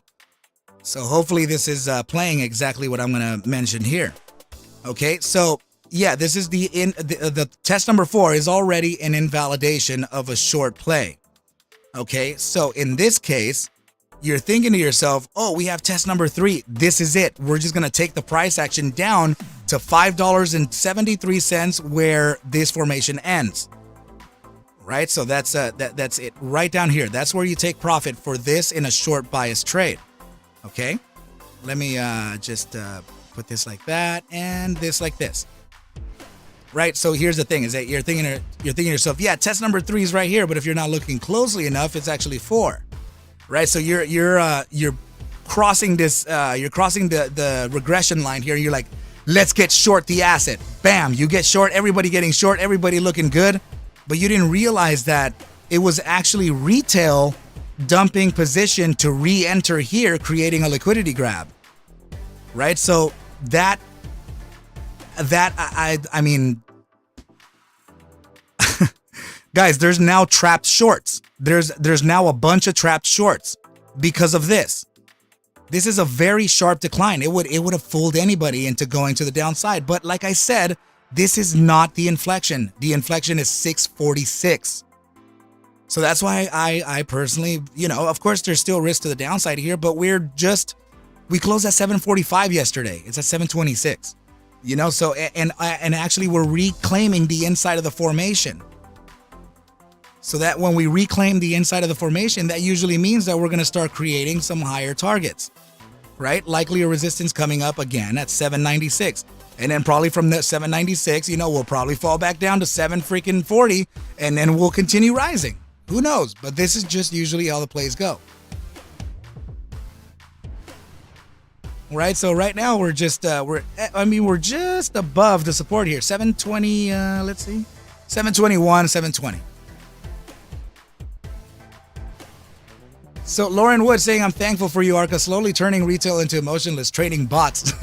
That sounds almost like almost an offense, and then also it's like, I will politely slap you across the face with a $500 bill and let you keep it, you asshole.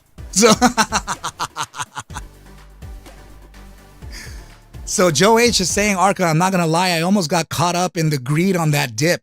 Oh, I know, dude, I know. I see it, bro. This is a very nice. I mean, if you didn't know, if you were the one that knew that the target of 670 would be the bottom side of this, great, right? You played it well. But since we don't know that, it's like, damn, dude, like at any point these guys can get super trapped, right? So, and another thing is that it followed an inflection point. I'm sorry, it followed a geometrical point. Here's the 2-spot 272 at 674. So a clean bounce from that, right? Here you go, right there. So when bloop. Yeah. Actually, you know what, guys? What's going down with Papa Borders? Has Papa Borders said anything to us?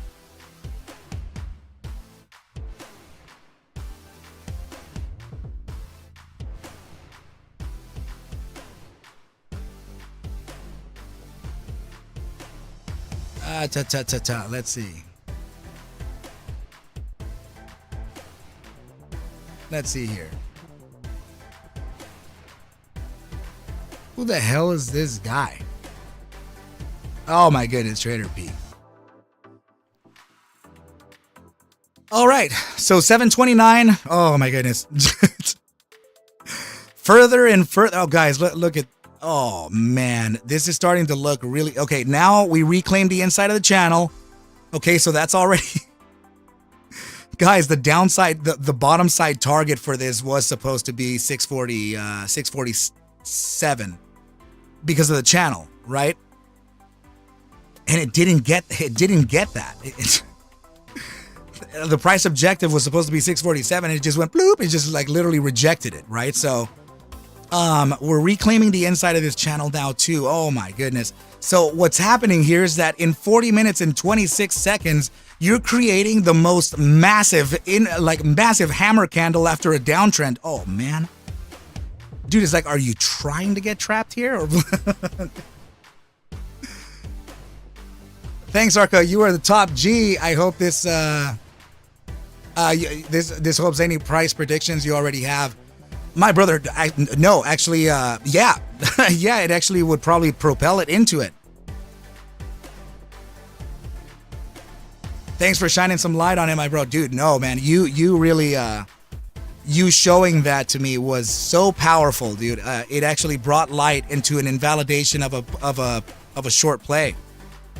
And that is So cool that you noticed it so early on as well. My brother, hats off to you. And oh man, if this happens, look at this. Let me get rid of the what is making that? I think this the money flow index. Hold on.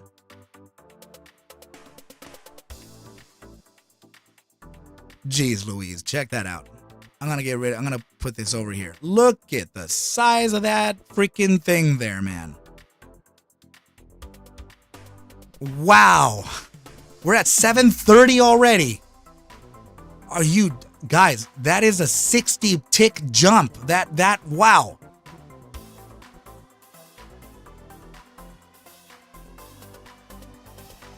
Almost, oh man, it just went up a little higher again. We're at about a 9% jump from that shakeout. That's freaking huge.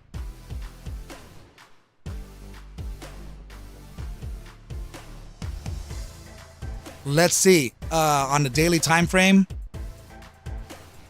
On the daily time frame, Armor has not flinched.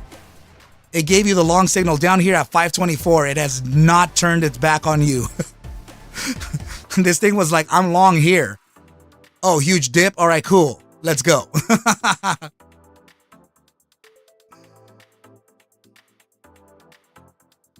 So, yeah, that's nice, man. That's really nice. Anything I can do to help, I'm on it, man. Dude, thank you, my bro. That's so 733 and going even further from the discount. Damn.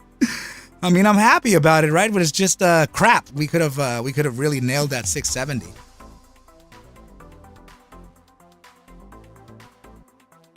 Whoa, Mullen is up 20% today, dude. That is 736, guys. Come on.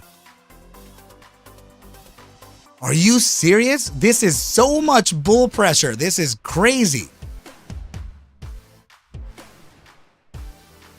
Goodness in heaven. That is massive. Short signal still printed on the... Oh, dude. That was nice. Let me see this.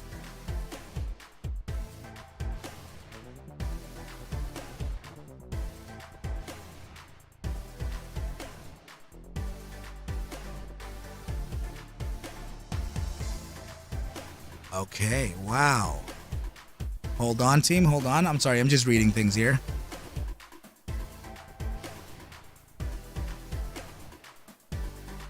Okay, so 735. Wow. Damn, 735. That's good lord, man. That's crazy. That is insane. The 4-hour time frame got a little tricked here. So it actually opened up a short position too at 763. It got caught in the FOMO.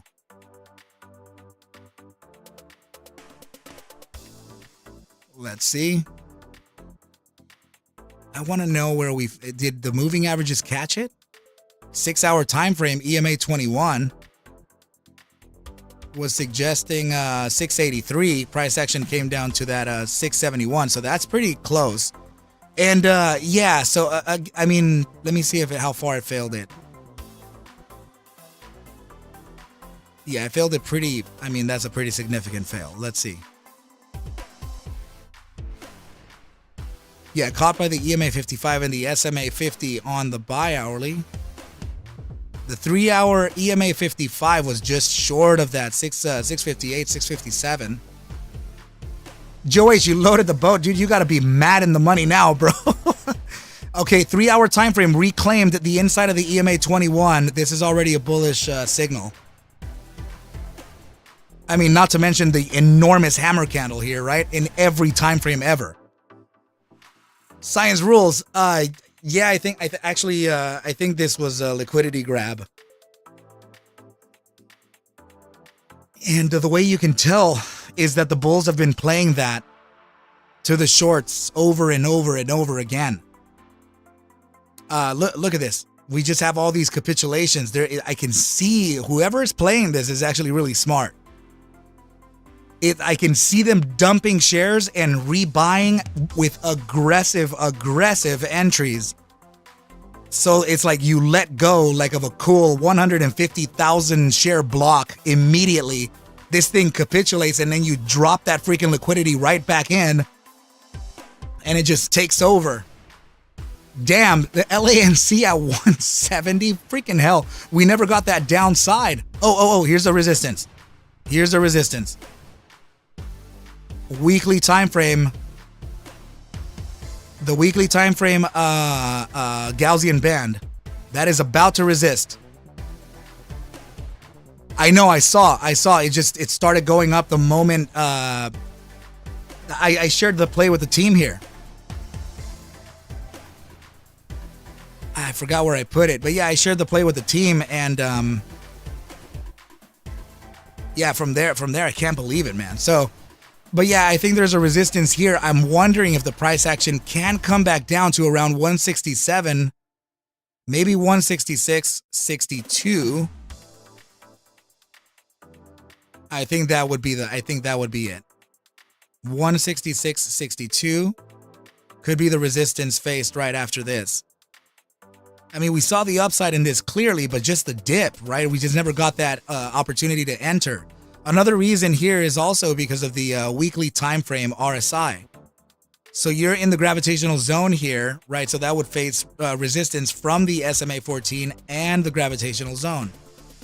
So I'm wondering if in a shorter time frame, this is actually gonna start pulling back.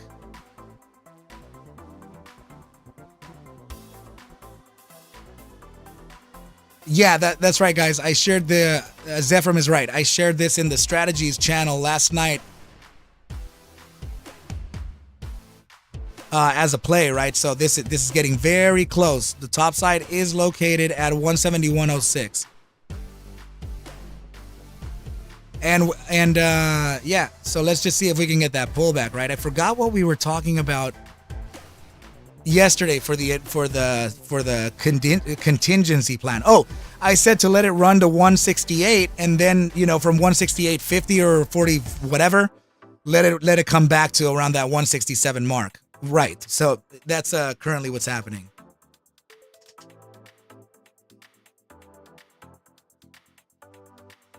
Oh man.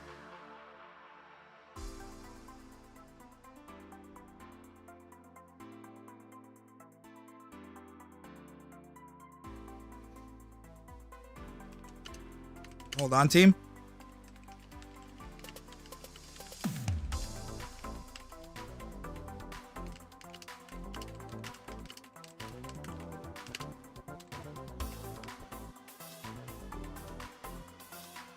Hold on just a sec.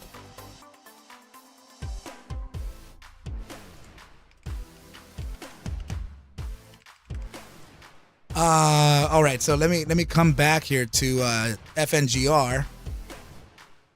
Jeez, we're in the process of building that massive hammer here, man. That's they're hammering it down just so we can create the biggest hammer for the bulls. Right? So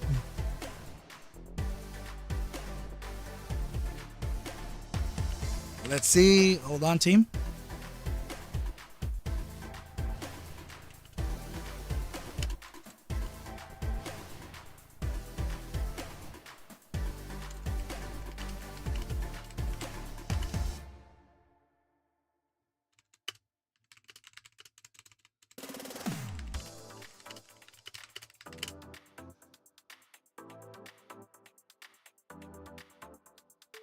Let's see.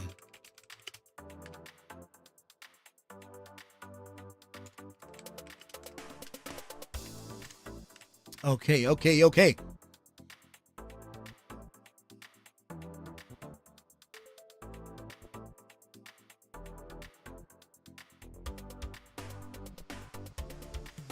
Oh man. Yeah, I for sure am kind of observing here in my side charts. Yeah, this is I don't find the probability of returning back to those levels. Damn it. I'm like trying to find a reason why we would come back to this, and I'm just like, I don't think I can find it at all. Let's see here. And I'm like for real trying to find it. I'm for real trying to find any reason for it to come back there, and I'm like, I just can't get it. man. If anything, it's just, oh, dude, that's so tempered. This may have already lived out. Damn it. NVOS popping off or what?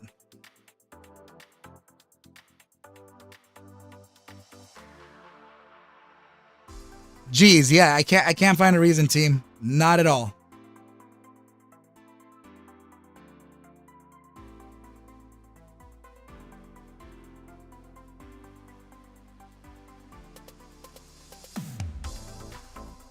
Ah, man. Yeah, I can't get it. Yeah, but NVOS currently currently test. I felt that it would come back to this level. It actually just came back down lower than that. But this was my the target that I was talking about between 40.86 and 42.36. It came down to 39.12. Just about a tick lower than what I spoke of. And the reason why I said that was because of the imbalance, right? Let's see the 12-hour time frame RSI. No, I think it was the daily. Right. If it failed to 12, it would be the daily. Okay, so if it's pushing up, that would be cool because it's in the gravitational zone here. Right in here. Right, but if it is actually failing, then that means that it's going to use the daily as the catch right in here on the RSI. So if that's the case, I'm not sure if it already lived out being down here at the 39-cent level. But I would assume that the distance between the RSI signal and the SMA 14 on the daily time frame, this here, that would be, I mean, representative of this, right? 34.51 to 35.36. I'm not sure of that because this was already a pretty sharp decline here.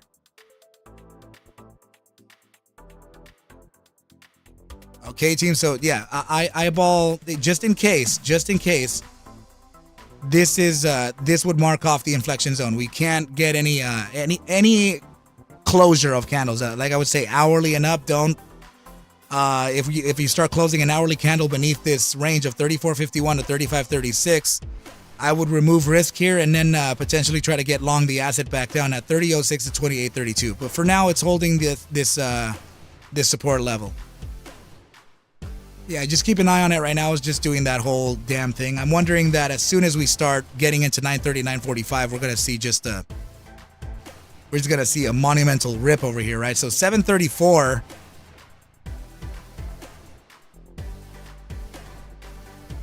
Yeah, 7:34 FNGR. Okay. Jeez, yeah, that's some 30, 40, 50s. Damn. Yeah, that was just that. I mean, a 60 tick jump. That's a 10% gainer, easy. So not bad of a recovery, I must say so.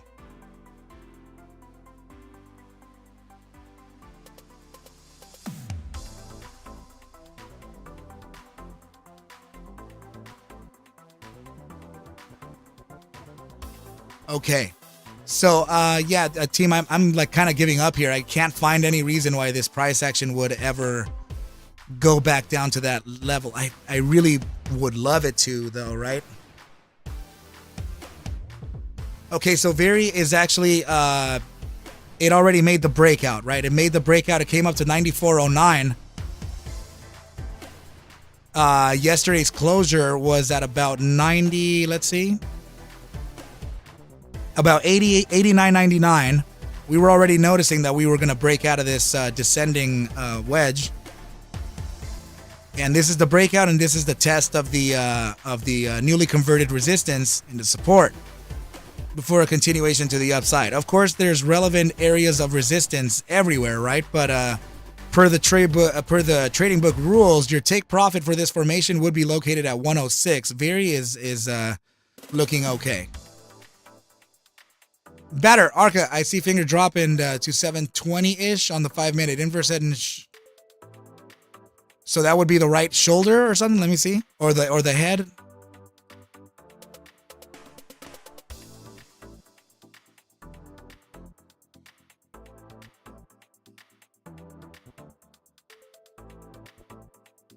Let's see, that would indicate around a 717. But let's see. I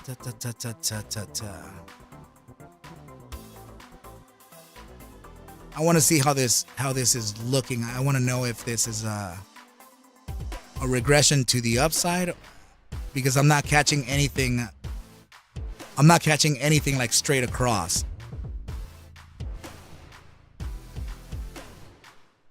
But if that's the case, brother, and if you're catching this correctly, then we can put together a quick little thesis here. Then yeah, we would drop to like 717, 720, right? And let's just say that this were the neckline, right? Let's just say this is it. Then your top side target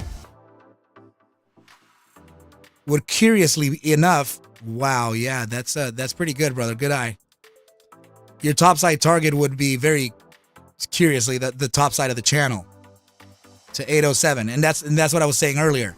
Then this reclaiming the inside of the channel here on the 4-hour time frame, I think it was, or the 1-hour time frame, maybe. I was saying that, or the 4-hour, yeah. Oh goodness gracious, I forgot where we were exactly, but yeah, reclaiming the channel would suggest that we would go and resist at 797 again. Could it have been the hourly? But yeah, 5-minute time frame would. That's curious, man. Keep an eye on it, dude. It's suggesting for us to touch again. It's actually suggesting for us to surpass the resistance of 797 and break into the $8 zone. And there is a temporary downside here on the 5-minute time frame. Oh my goodness, yeah. On the 5-minute time frame RSI, it's slowing down a little bit, I must admit. Right, but it would the SMA 14 down here would kind of be right. Yeah, I would say anywhere between 722 to 716. Mullen is taking off. What the heck is it doing? Oh, Sebastian, what's up, dude? My dude, thank you so much. Arca, look at the 5-day Gaussian channel on NVOS. Okay, so it's actually combating the support there. That's nice. Oh. Let's get the 5-day channel in and see what's good. And let me load it here. Wow. That's it. Seb, that is it. That was likely the support grab. The break into this. The 5-day candle started today. The 5-day candle started today, and it would be the one to validate support. Great eye, my dude. Very good eye. Upside pivot on the 5-day stochastic momentum, increasing volatility. This is a tiny pivot here and suggesting that small downside that we actually just got. And in the gravitational zone of the RSI, you're increasing bull pressure on the 5-day MACD. And it looks like it's still inbound cash. Check this out. 5-day time frame, 25% ADX. Absolutely market trending and supporting the validating volatility versus momentum. DMI plus, aka bulls on top with that 25% ADX. Highly likely upside to continue on this on a macro perspective. Sebastian, that is a good eye, dude. That is very, very sharp. That was super keen.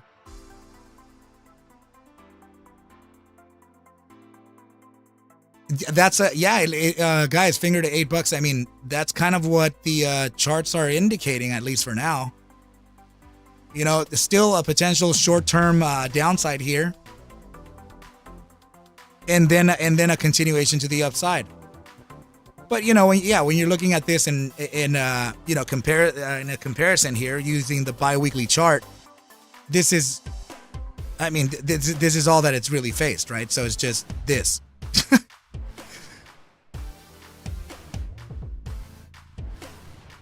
So there's a lot of 100 on the ask. Level 2, they need shares. Wow.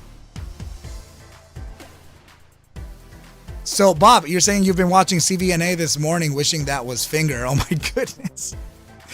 Oh, man.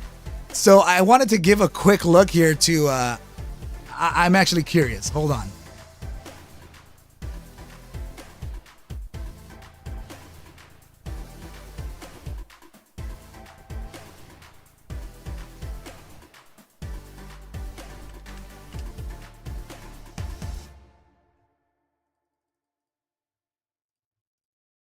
Okay, so, oh, I see. I got the dude. I can't believe I didn't get pinged by this. Sebastian, I noticed that you just, tagged me in on X. Goodness. Okay, so I just reposted it, bro. Thank you. Yeah, FNGR team, I think it's in the process of creating an entire invalidation here. Yeah, John, this reminds me. Thank you. Somebody was just saying that, oh man, the FWBI completely failing here. Careful, team. This is likely to make its next bounce at 52.75 and a very temporary one, maybe even at 57.70. Okay, so if you're trading this, just be super freaking careful. This is going to continue knifing. Short-term bounce here. Potential bounce to validate the resistance of this 73.78 Gaussian band, and then it'll likely come back down to take profit around 46.20 to around 43.07, something like that. All right, but it's just yeah, seriously, this is looking like the perfect short play, honestly. And in my case, I would wait for the bounce. I think there could be this is a whole daily time frame though, so I'm not sure if I'm suggesting here what is it, a short swing play, right? So if that's the case, then it's a little volatile. So I would just express immediate danger there. But I wanted to give Mullen a quick look. And why is it taking off? Is there wow? It's damn. It is up almost 30% up on the day. It is up 30% on the day. Wow. And let's see. Oh, there's news. Mullen announces new stops for the 2023 Strikingly Different EV US Tour. Strikingly different.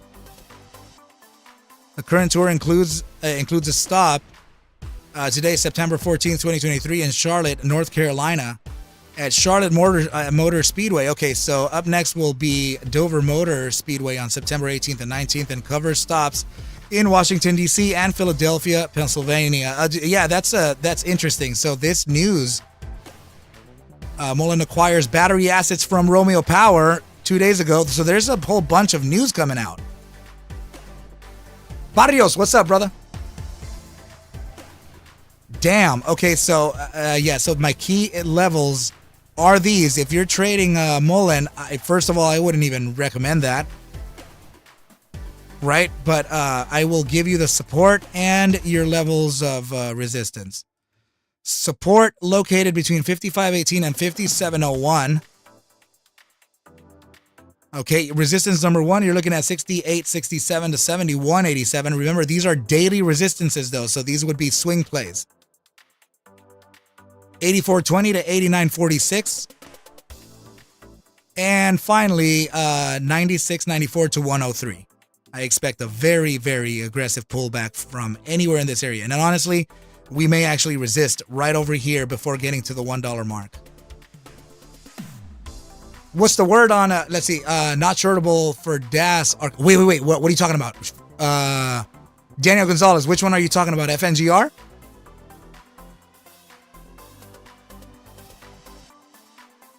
What?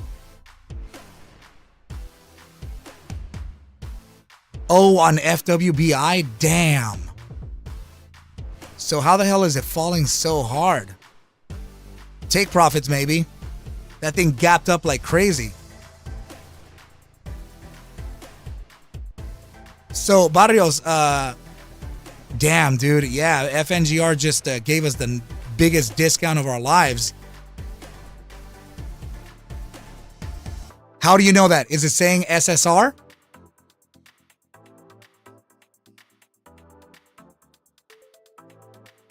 Cryptic?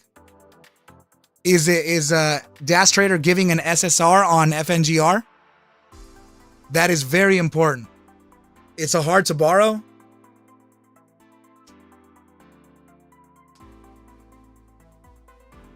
No way. I mean, you'll still be able to click the button, but that doesn't mean that it'll execute the trade. I've noticed when I had a Dash Trader. But if it's already SSR, that means short sale restricted or restriction. That could be the case right now. Wow. Interesting. So I'm wondering if there's a slight difference because Cryptic, are you using interactive brokers on your Dash Trader?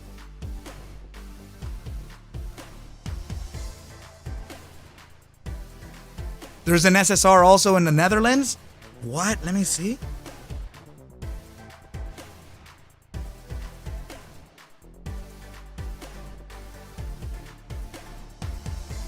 Oh, you're using TD Ameritrade with okay, gotcha.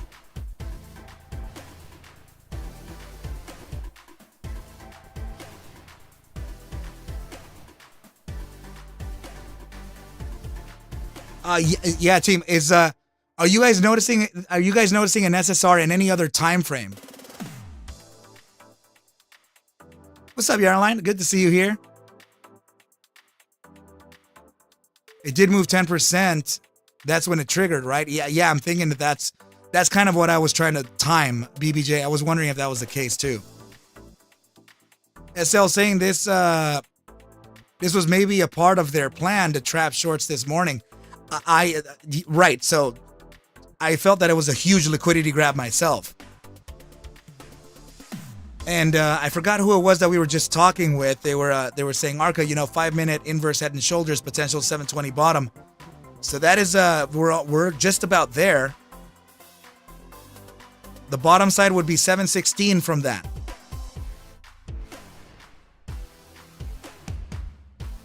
Yeah, I think it could still go a little bit lower, maybe 716.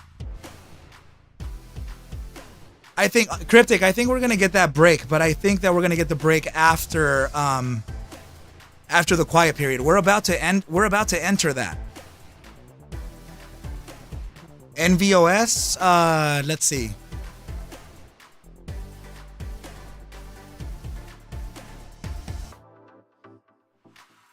Man, without missing it.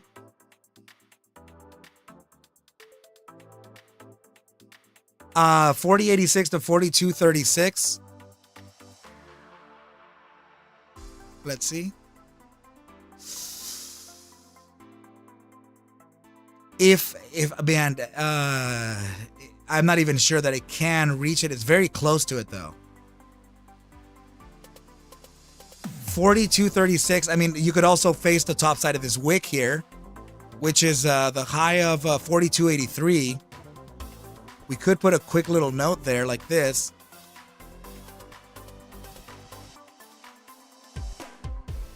Yeah, I think that was it for the downside on NVOS. Look at this. You're talking about a perfect daily regression here. I mean literally dead on the money. Pretty nice. This right here. Here we go. So yeah, that could have been the reason why it got that there.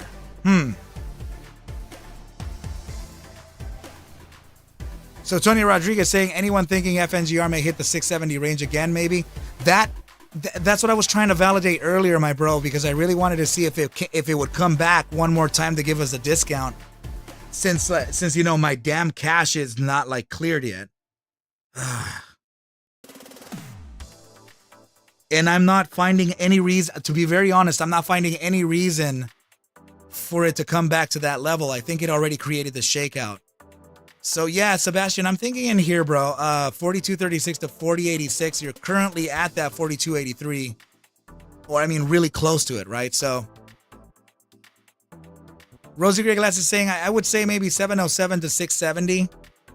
And my support level was at around 716. So if 716 has a bottom side, then this is it here, 705 to 713.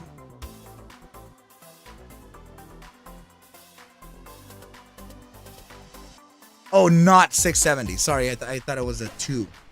707 being your lower side? Yeah, that's consistent with one of mine. I'm at 705.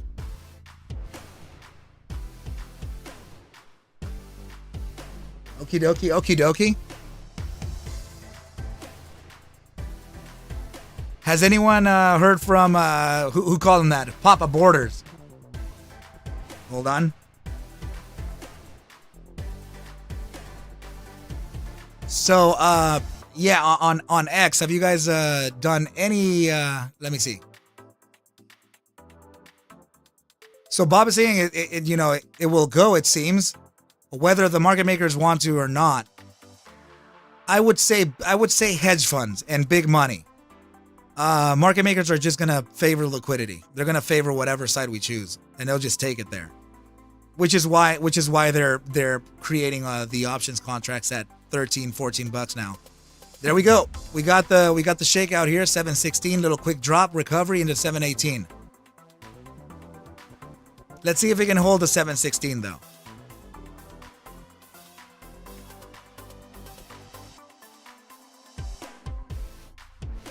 They're probably, yeah, I get it. They're probably playing it.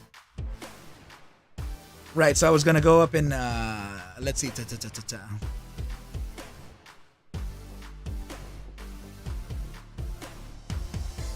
All right, so it's all good. I assume that there's not gonna be really much talking whenever we're reaching here at the 8:51 a.m. Pacific. What I mean by that is that it just lunchtime is coming up for Wall Street. Could be, right? Science rules, very well could be. Colin C saying board. Yeah, I got you. Tony Rodriguez, let's see. I'm thinking in a weird way, the 5-minute might want to show an RSI divergence. I am not the biggest fan of divergences in the in anything under the. But I mean, yeah, it already is there. I'll show you. It's a drive of hidden bearish divergence, but usually the 5 minutes are not the best to kind of look at, right? So from this pivot here, right to this pivot, that is making a higher low, and then from the pivot that we just drew, meaning this here, to the pivot where we're located right here, that is creating a lower high. I'm sorry, a lower low. So this lower low versus the higher low in momentum is creating a drive of hidden bullish divergence. And it's technically validated already. Actually, let me see if I can, let me see if that's a good test, actually. Let me see.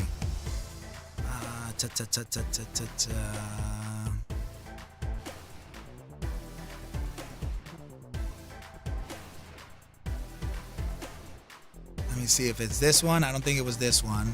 Oh, yeah.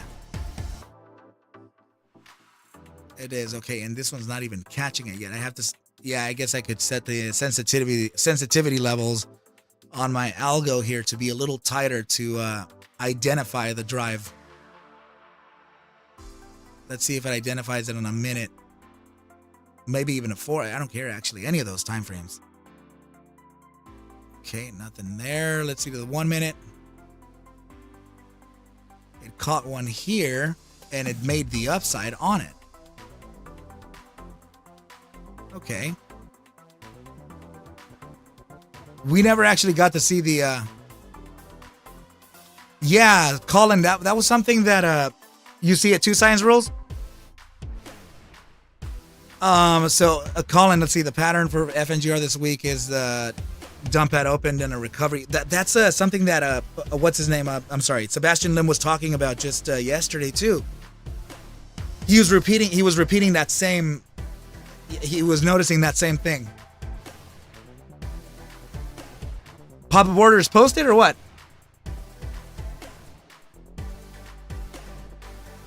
Let me go back in.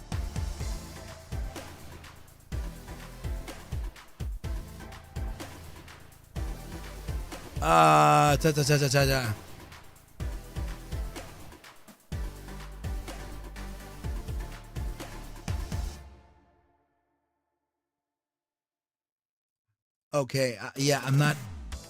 Oh man, I'm not catching it. So Arca, could you touch again on settling stop losses or not to? Ham says, never in this type of play. And I think you said it's fine to do as we'll just blend in, and the most of us are not big players. I will never not run stop losses. Like it's just that's a little tough. The difference is that while I'm not gonna run a stop loss, it just means that I'll run a really wide stop loss. Meaning that I would max out the stop loss to the point to where I'm like, okay, this is gonna hurt if I lose that. But I will survive another day of trading. My mentor and actually a market maker that I learned from said that they said that we're actually not hunting for your stop loss, and actually that's something that's per their words, it was a closed-minded narrative. And I'm like, how is that so? He goes, because market makers just favor liquidity. Wherever you go is where we go. You know, so if retail wants to go long, then we will go long. And if you guys are pushing the price further and further, then we'll start creating, options contracts that are validating those upsides too. Now, he goes, the big money that you're actually fearing is hedge funds, institutions, right? So they're the ones that would really mangle the price around. So, but as far as us to stopping out people, that's not in their practice. And they don't care about that. They just see where the liquidity's coming in. But everybody's gonna have their own opinion on that, right? Yeah. So it's a tough thing here, because I'm just gonna get I don't want to get lashed over here by different people. It's just everybody has a different strategy. Everybody will practice it the way they will. Sasquatch saying DB lost his steak dinner bet with me yesterday. I'm going to Ruth's Christopher Diner, okay, courtesy of Papa Borders. Let's get it. Okay, gotcha. That's a good place to add batter, yeah. Now, but yeah, Steve, there's oh my dude, my brother, thank you so much. But I mean, to further into what you're asking or what you're talking about, there's yeah, it's just if you want to hear it like from like how my mentor told me, he said he said he goes, you gotta worry for yourself in the markets, right? Because nobody's gonna care about your losses other than you. And he said if you are going to be trying to avoid a stop loss, then would that be irresponsible trading? Would that be gambling? What is it? So he said, but if you think, he told me alone, right? I'm not talking about in groups. He said, but if you think that on, American Airlines, if you think that they're looking out for your 3,000 shares of American Airlines with a stop loss, that's, the world doesn't revolve around you, he said. So I found sense in what he said, right? He straight up just said like, stop thinking the world revolves around you and just trade your trade. And so I'm like, okay, well, I'll bear that in mind. I'll keep it in mind. It was very funny. And then after that, I started actually exploring other mentors from other traders that I know, and apparently they were told the same thing too. I'm talking about successful successful traders, and they were literally told that same thing too. It's like, you really think a market maker is there trying to stop you out of how many millions and millions of participants? And I'm like, when he told me that, I was like, good point. I was like, oh God, okay. But I'm just saying that it's my perspective, right? Now I guess I can combat that, right? I can give you the inverse narrative from that too. What if your stop loss just happens to match freaking 1 million others, which is highly unlikely. But what if your stop loss just happens to match 1 million other market participants? Then I guess that would be a different story. But what's the real likelihood behind that? Like, are we in contact with 1 million other participants and saying, where's your stop loss at? Okay, I'm going to set it there myself too. Where's your stop loss at? Okay, me too. You know, it's very, very unrealistic. I do not think that could be the case. Ever. The odds of that happening are slim to none.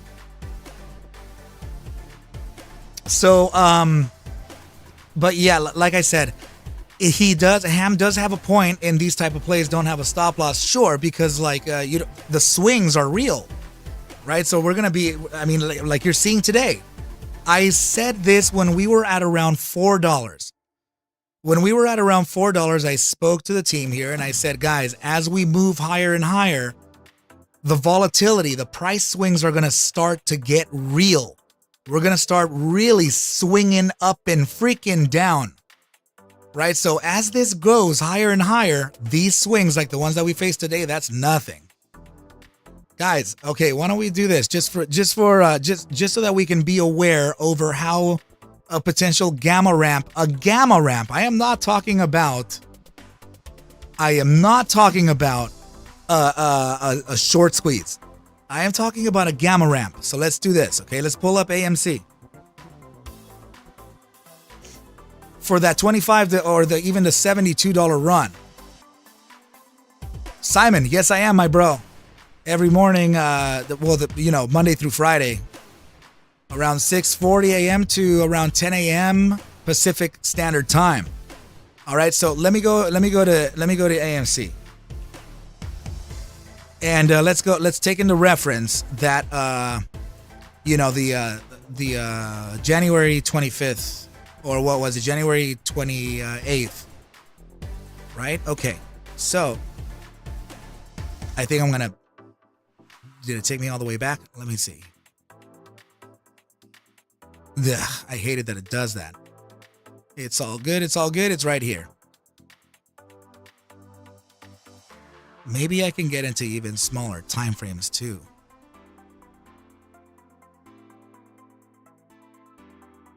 Okay. So I need you to notice the range here for the wow, that was November. That's not even that's when people started getting long. Like Trey and everybody in November. So let's see. This is the gap down here on December. Wow, yeah, created bag holders and this So AMC pumped to the upside in November and then ripped again to the same target. Then capitulated, it created a community, it created bag holders, and then the birth of these influencers like Trey and everyone else, right? And they waited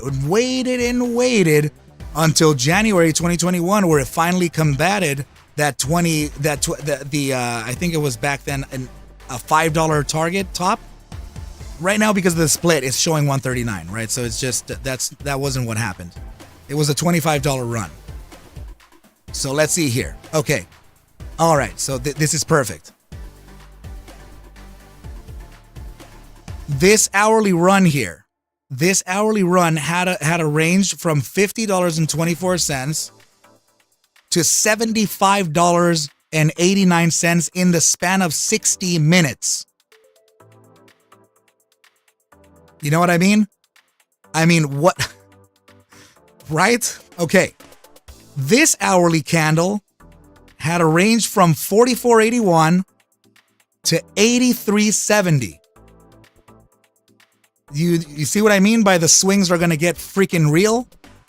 So we're all talking squeeze, but none of us are studying how violent it can be, right? So it's important to refer back to these moments because and this is why I can say that Ham has some credibility to this, is because you can get stopped out. You're not going to know that there's a $40 difference on a range of 60 minutes. That's ridiculous.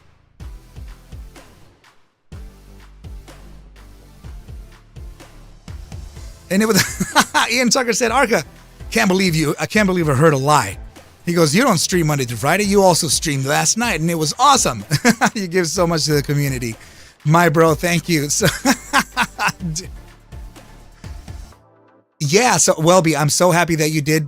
So I watched Welby saying I watched the video on the VW squeeze of the on the Volkswagen, the VW, right? So and the candle flow, and it was scary.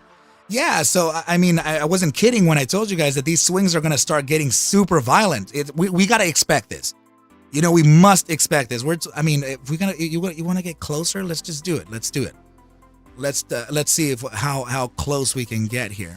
Is this the beginning of the trade here? Let me see. Yeah, it is. Okay. I'm pretty sure even in a 15 minute candle, I can identify what the oh, are you kidding me? It's not giving me more data from that point. I've never seen that sign there. Let me see the 30. Will the 30 minutes show me? That's really annoying. Okay. 30 minute is showing it. Nice. It's showing us right to that squeeze, actually. Good. That's awesome. Okay, let's see the 30-minute increments. All right, so this candle here in a 30-minute span, $49.95 to $75.93. So a $30 gap between these 30 minutes. Okay? Now, let's move on. This candle here, that's $44.77 to $62.05. Right? And now following into this candle here, that had let's see, $59.44 to $83.63. See what I mean? It's like $30-$40 difference within just 30 minutes. So, and this is not just green going up. This is like it's going like this and like that and like this and like that and like this, and then finally just closes over there after just so much freaking swinging around. You know, and then this thing knifes. How far did it knife? 110.33 to 62.85, marking a 50-point drop. You don't even want to know what the June run did.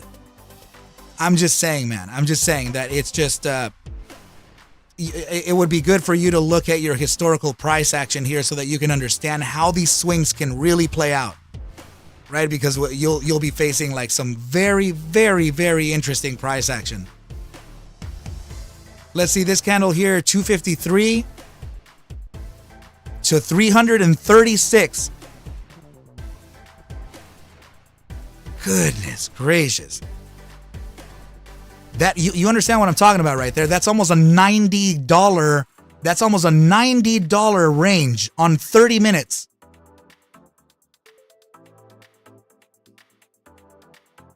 Let's see, Arca, can you play this short video? Yeah, sure, I'm down. What's the link? GTII presently 89.52. It's holding support. It's holding at a critical support right now, right? So this is the support line here between 82 and 89.11. So breaking this would actually introduce this range, $1 into $1 to $1.13. Here we go. Rosy Gray Glasses. Actually, we're entering that, right? We're talking about the, what was the bottom side again? 705 to 713, right? There we go. Price action sitting at 711 to mark off that 5-minute inverse head and shoulders.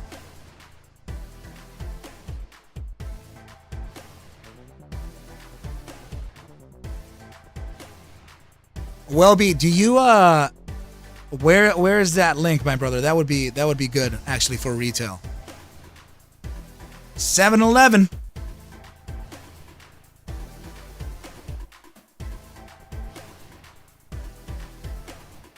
Thank you, my brother. Put it up on Discord or on Twitter. On Twitter, you can put it up on my DM me on Twitter. I'm looking. Let's see.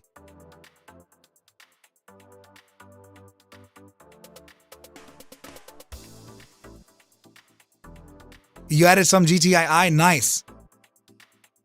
Okay, cool. I'm waiting for you, bro. Let me see.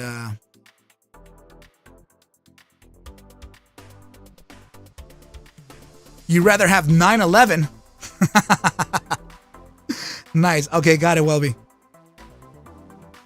Let's see. So Welby wants to share. This is the VWAGgy squeeze regarding the candle flow. Okay. So let's go ahead and bring that into light. And let's see. Let me just start off this link over here. Make sure that we have audio. 101. This is the 2000. Okay. Yeah, let's go ahead and pull this up and take a look. Yeah, let's take a look at this. Page 101. This is the 2008, October 26th, Volkswagen squeeze between the government and Porsche and Volkswagen. So this is, you guys have been asking me lots, and we've all been wondering how this played out. So here's some candlestick movement. So here we go, guys. This is how it rolls. So it lasts over about a week, but here's the simulation of the candlesticks.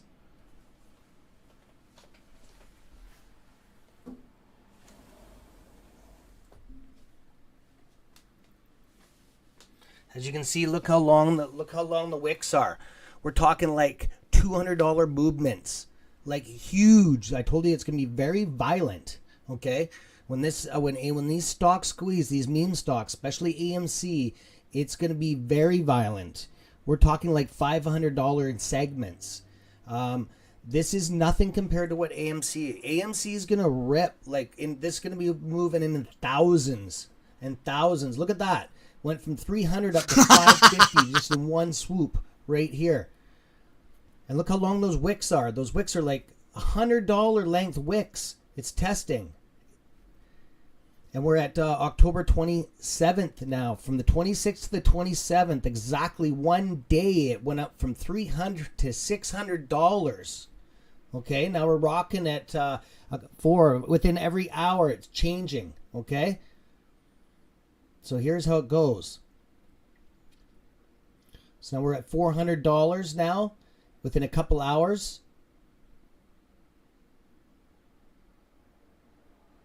See that jumped $100 or $50 in just one candlestick.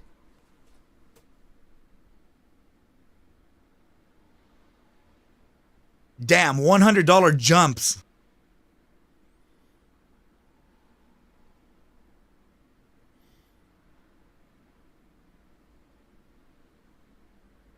See the movement? See the patterns that we're getting? We're getting the same kind of patterns when we were at that $70. It was doing the same kind of thing until Mr. Aaron there dropped all of his 70 million shares and collapsed it on us. We would have been in a squeeze 100%. It's the same kind of movements. There we go. There you go. Boom. Boom. Damn. Check that out. Crazy, eh? Look at $300 in two sticks. Yeah, $300, man. Wow. Now we're into the next day. So we're only 3 days right now. We're hitting the third day. 691, two spot 618. Trades 101. This is live coverage of the 2008 Volkswagen squeeze between Volkswagen and Porsche and the government. Huge bullish engulfing. So we're just hitting the next market. Followed by another one. Opened at 4. That's pre-market. 4 in the morning. 6 in the morning. Okay, now we're in full market open now.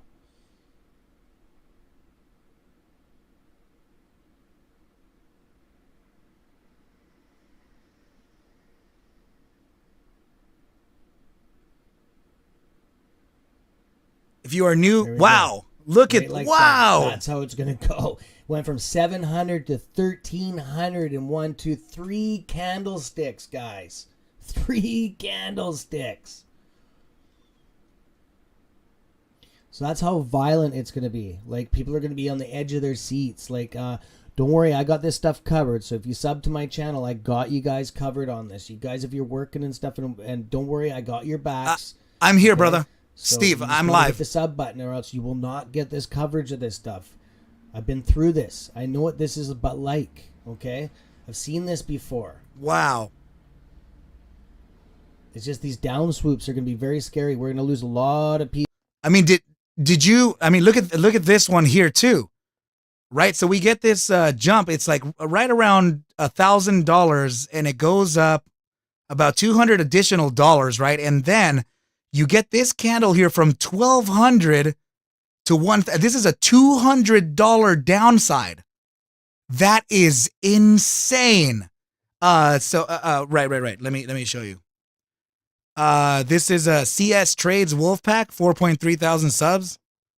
People, a lot of people are going to be freaking when it goes from in the thousands down to 1,000, up to 5, down to 3, down to, we're going to be losing people. That's when you're going to have to make your own judgment on when you're going to pull the plug, right? See how it goes? Pretty scary stuff. Pretty exciting, pretty scary, eh? Keeps you on the edge of your seat. There you go. We're back up to 1,300 again, 1,250. You have to remember, this is nothing. Times it by 10, 20, 30, 40. That's how long. That's how big the AMC squeeze is going to be.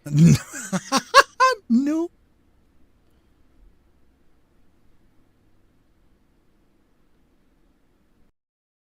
This is not hopium. This is actually just showing you how violent price action can get during high volatility. It's not for showing where it's gonna go. It is literally just to show how volatility can play out, right? So, and also somebody asking me regarding a ham with the stop losses set. So my point to that was saying that he's right in the sense to where you're going to face enormous price swings, right? And I was giving the example here behind AMC with these $80 jumps, right? So just to show how that can work. And today with FNGR, it's a clean representation over what can happen, right? So if we're talking, let me see, maybe even daily, right? Yeah, so if we close on the daily time frame, if we close at 774, the swing that we just got, I mean, this is pretty violent, right? So this is the open, and the open here, and when we closed right there at about 774, we just faced the 13.36 downside, a downside thrust here. I mean, just a huge loss right at that point, and this is over a point. You're talking about a $1.04 leap here, and what you know what? Even in the stock screener, let's do this. Let's zero out everything and find out what the average true range for FNGR is in the first place, right? So let's load that up. FNGR.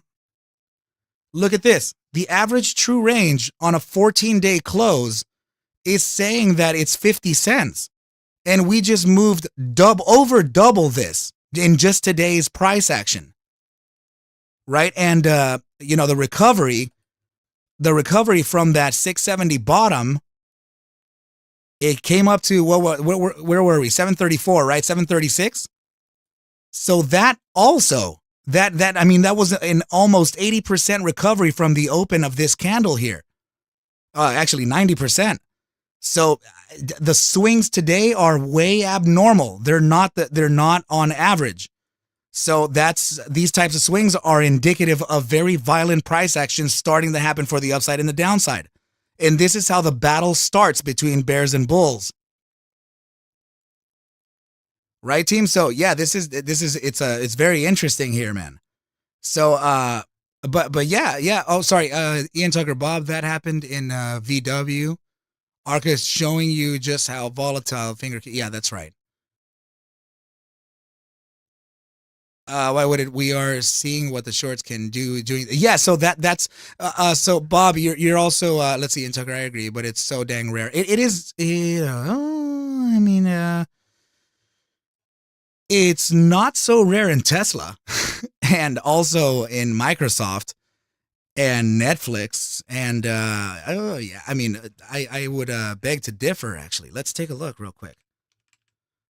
So, for example, I know that I think it wouldn't be Tesla. Yeah, maybe Tesla, but I would say Apple and Microsoft right now, right? So, let me see. Look out. I mean, look at this, right? Just so you can see what's like happening here. let me kind of zoom out here. These recent price action over the last few days has been a little gnarly, right? So this is a top side of maybe, let's see, 265.89 shakeout all the way to 253.97. So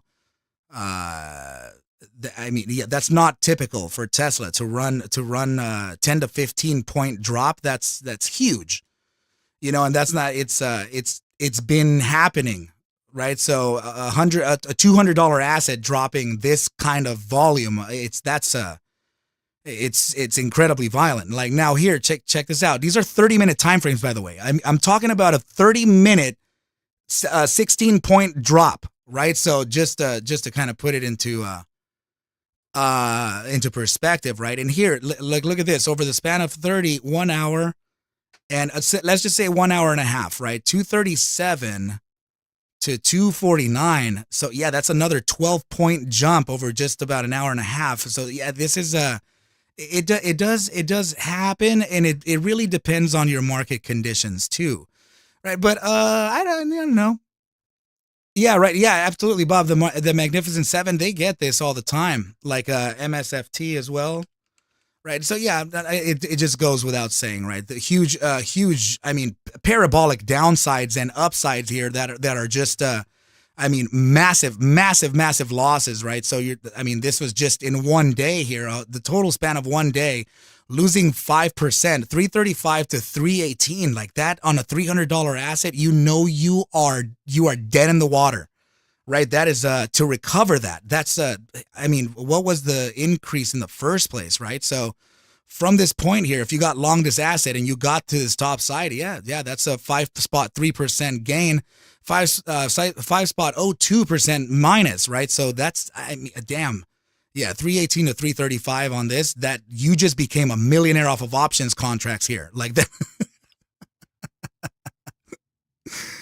Oh yeah, ARM is trading. What's up with it? How's it going?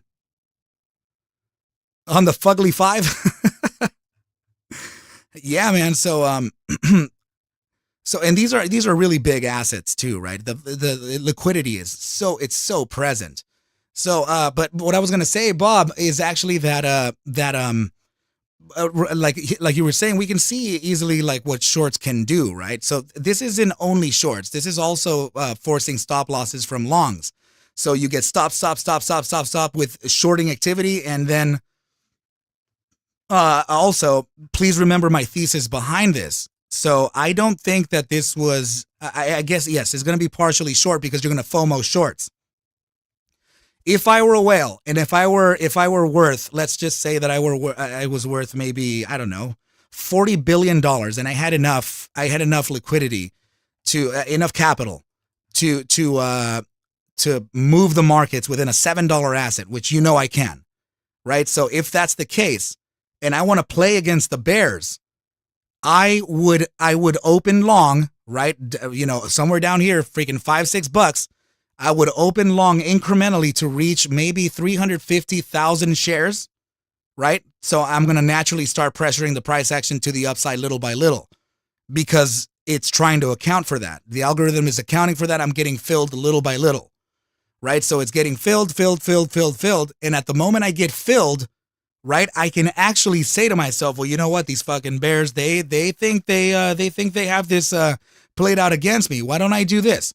I dump 350,000 shares into the supply right now. The 350, I dump it immediately at market order. Price action capitulates heavily, and it starts triggering all the stop losses alongside that.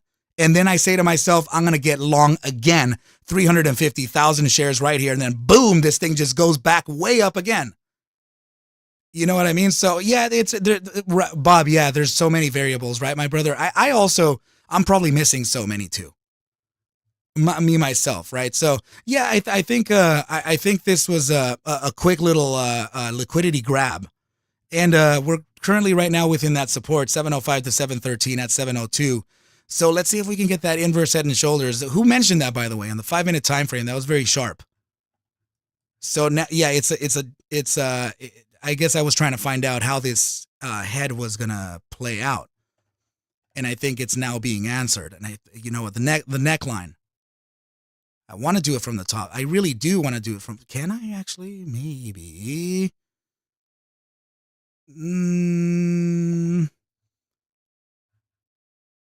Let's see this. Oh, this is... Oh, man, no way. Are you guys seeing this? Check this out. Check this out. Look at this. Look at this. So I'm thinking that we actually have a descending broadening wedge here. Yeah, I think that's it. Oh, sorry, team. Let's yeah, let me put it back in. So right here. You see it? Let's see where we are in that position.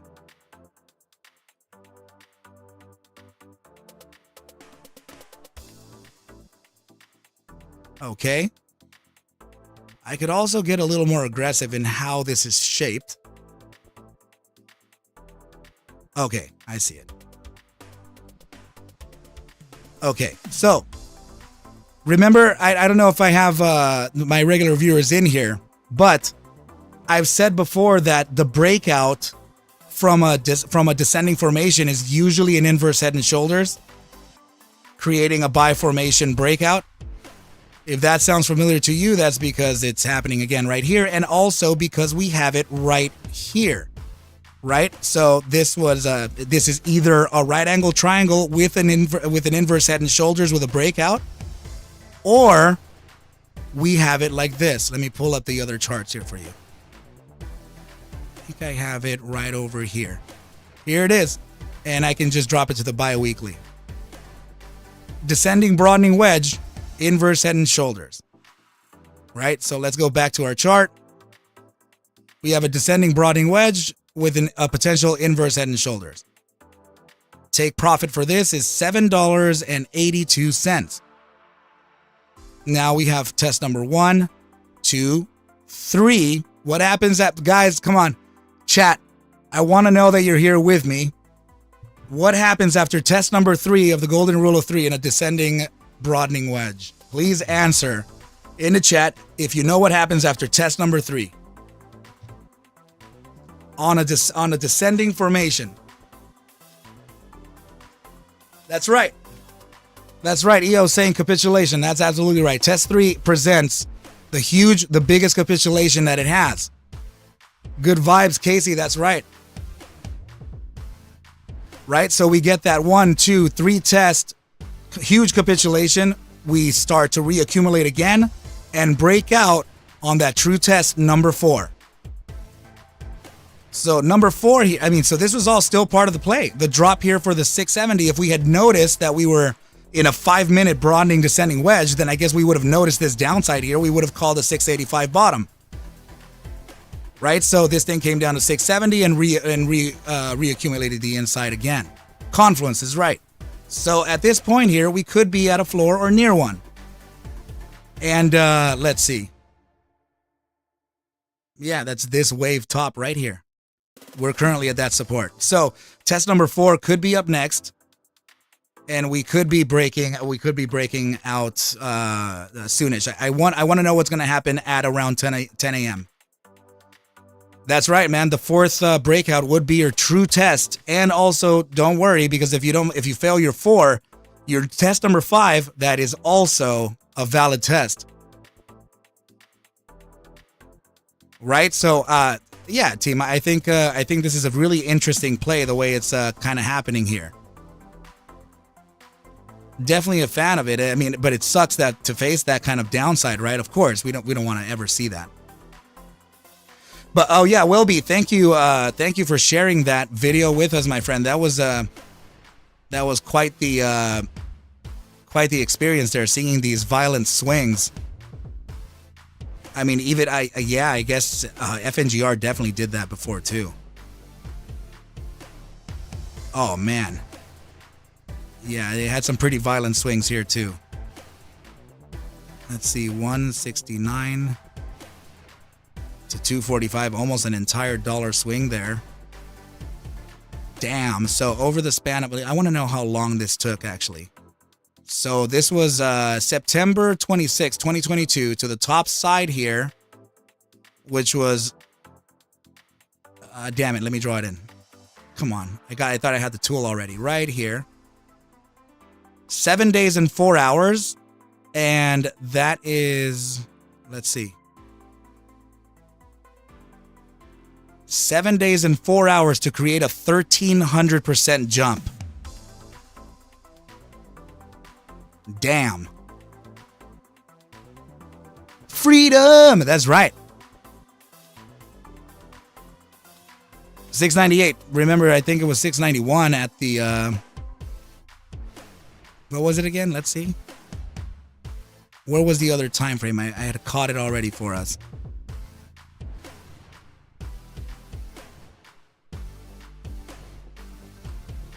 Ta ta ta ta ta ta ta ta ta ta ta. Goodness gracious. Was it over here? Forgot what we were talking about, team. Sorry about that. Well, it's all good. Right now we do have the if I think it was 698 in one of my fibs. I forgot what fib I had though. Let me see if I have it up here.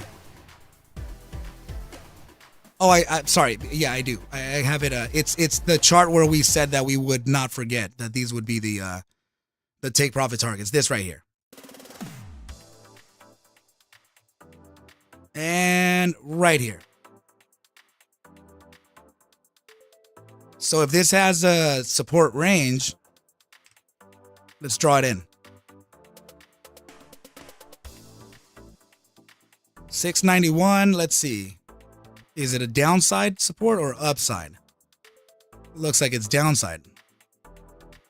685 to 690, or 691 of course, at the 2-spot 618 range.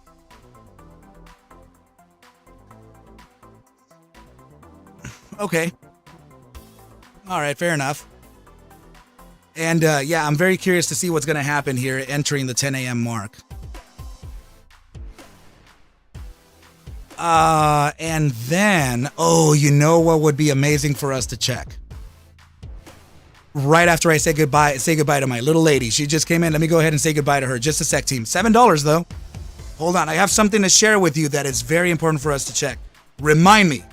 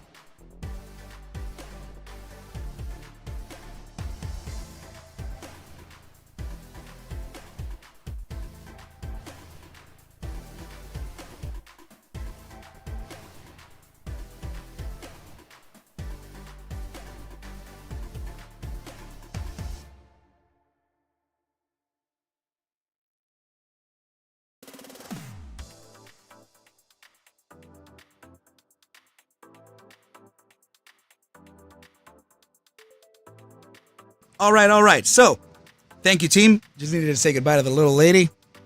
So, what I wanna backtest here with you is actually this, okay? You know what? And for this, we're gonna use. Yeah, you know what? Screw it. We're gonna use the ARQ trend line, right? But what I want to do here is look at this maybe on the weekly time frame, right? And by the way, just in case some of you, some of the ARQ holders are in here, please copy these metrics, as I feel that this is a little more relaxed for the equities trading. So go ahead and copy these inputs here and see and try to use them in comparison to the ones that are already suggested, right? So in this case, I'm using just this right here. The style is still in the same place, no problem. Right, but I feel like I could have used a little more of a laxed look back, right? So I think this was 5, 9, and 21 here originally. So now I'm just doing 5, 21, and 55. So no, I don't want to type them. So this is what we're gonna do. Let's gather the dates. For, I guess, you know, it was traditionally a quad witching, what we're facing tomorrow, but it's actually a triple witching because now they removed one aspect, right? They removed the individual stocks, contracts, right? So yeah, now that's just, you know what I'm talking about, right? So let me go ahead and just pull up here. Just a sec. I'm going to gather the dates. For the triple witching, let's see. Or you know what? Since it's just new, I'm gonna go ahead and get it from the quadruple witching. Quad witching dates.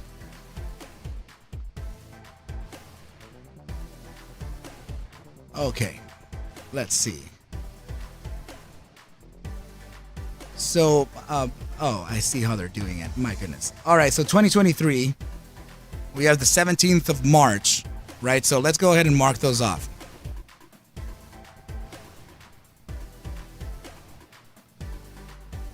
And March right over here. I'm going to do it, I guess, from the start of the week. That is your quad witching one. Okay, let's go to the next quad witching. That was going to be June 16th.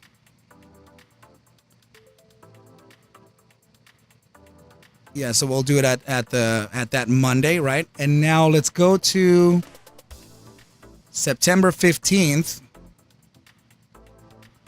We're gonna run a quick back test here. September 15th is coming up just in tomorrow, right? So we're gonna take into consideration from right here, from that Monday, right? So now let's look back here, though. I still want to get more dates. I'm gonna let me look up the dates for 2022. Okay, so March 18th, 2022. Or yeah, let's start backwards, right? So whatever. So December 16th, let's see. We'll do it obviously from this here. Let's go to September 16th. Here we go. We're gonna use it. We're starting just a couple days before the at the beginning of the week from the quad witching day, right? So now let's continue here. We have a June 17th coming up. We're gonna do it from that Monday. Okay, good. And March 18th.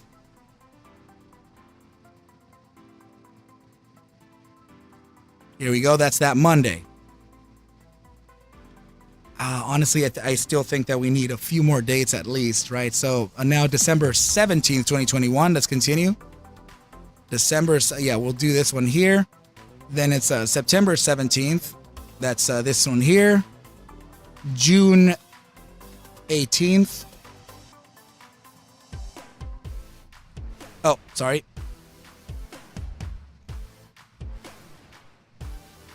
We'll favor this right here.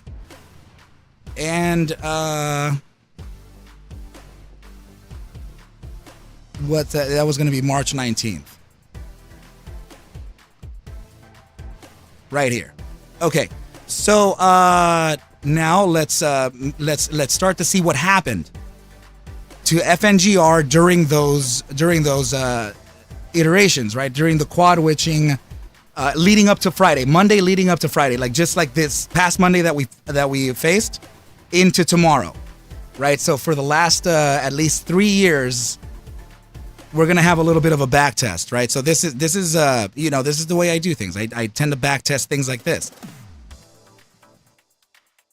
So, okay, the previous and for now, wow, really interest. No way. That's pretty good. So 1, 2.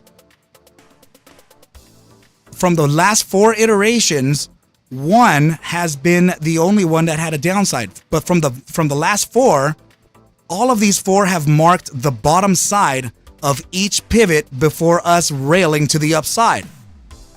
Right? So, okay, now let's see. This here faced obviously a downside. This had an upside here. Actually, the Monday after that Friday quad witching, price action, rallied from 685 to 930.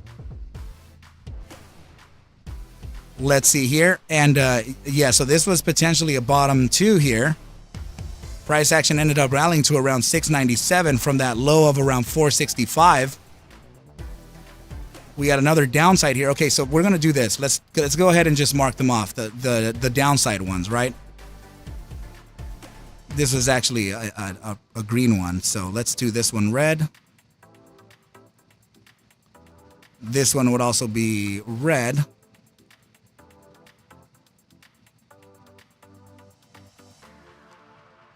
And let's see. Actually, this one's also, arguably this one's green too. Let me get the trend line out of the way. Yeah, it is technically green. Okay. So we did have 1, 2, 3, 4 consecutive greens, and particularly 3 that marked the very bottom side of the pivots. Right, so now let's continue. Let's see this one here. This was also a downside. So red. Okay, so we have... Hold on just a moment. I wanted to see if I can catch anything else, but it's okay.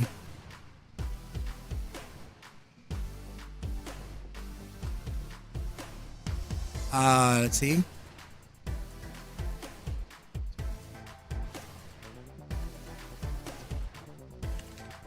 Let's see. All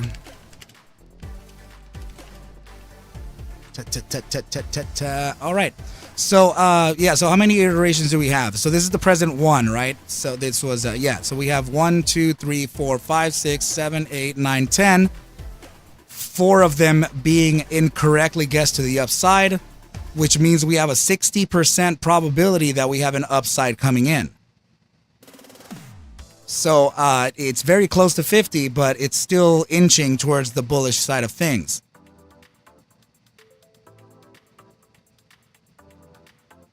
Okay, so I'll take it. I mean, those are not bad. No, those are not bad odds from this point too, right? So, and that being said, we don't even have the results for the other ones too. I mean, if we want to keep on getting more and more critical or whatever, sure. But I feel like this was enough. That was enough information for us to consider, right? So, let's see.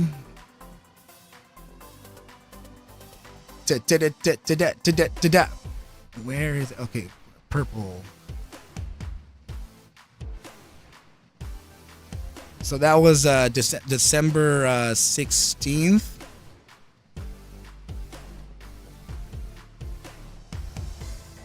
And we don't know that that's red. Stop it, stop it, stop it. And actually, we'll mark this one off a slightly different green to say that we're starting there. Right, so September 16th. It's like this here, okay? We have June 19th. That's this one here.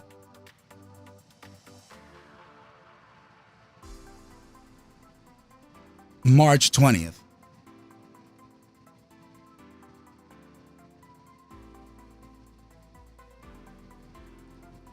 Okay, so from the green,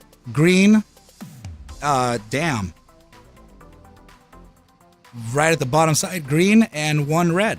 Damn. So it's leading more towards yeah, so now we have 1, 2, 3, 4, 5, 6, 7, 8, 9, 10, 11, 12, 13, 14 iterations.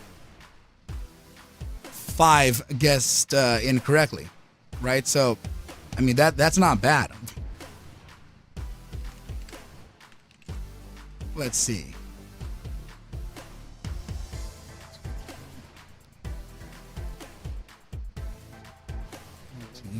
Okay, let's see.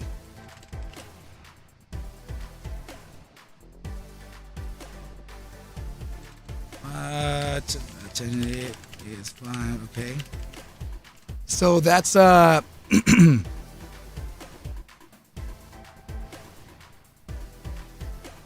about that, team 4. That's gonna be 9. So now, yeah, that adding the 1 extra year, of quad witchings into our results, that now gives us a 64.28% probability that we will get a green quad witching candle. That's looking a lot better, right? So I mean, now I can see how it's the next potential quad witching here. Well, honestly, it's a triple witching now, but yeah, this next witching, which is tomorrow, that'll probably, we have 64% chances. 64.28, right? So let me write it here. We're gonna keep this. So let's see, 2020, yeah.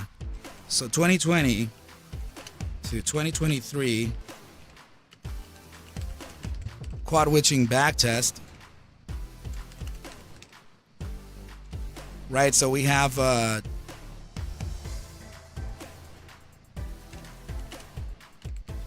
total iterations being yeah, we want to keep this in line for us, right, team? Total iterations of 14, and that was correct. Correct iterations was 9, and that gives us. So yeah, our upside accuracy behind that would be 64.28%. 64.28 percent. Okay. So now we have these statistics in line, right? So now we know that we have a 64.28% chance that this quad witching that we're about to face tomorrow would lead to a new upside. And seeing the current, I mean, seeing some of these iterations, some of those upsides have been massive. And that would be 1, 2, 3, 4. 4 out of 9 of those were parabolic upsides. So we have now like a 50-50 chance that we're going to get a parabolic run, and we have a 64.28% chance that the upside is the run. Not freaking bad. That's not bad for a quick little back test, right? I mean, I honestly feel that that's pretty dope. That's pretty cool.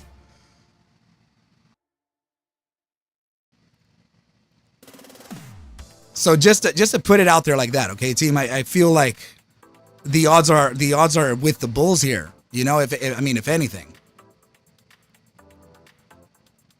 Currently sitting at $6.99, still $7, man. That's that. Let's see, the liquidity will be there though, Cryptic. It's 9:52 a.m. right now.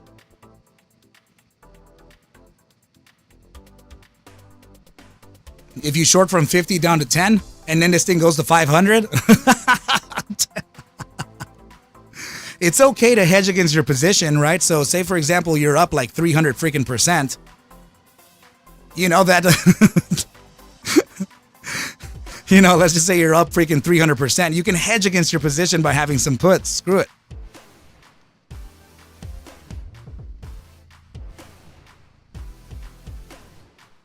You know what? I mean, I guess we could, you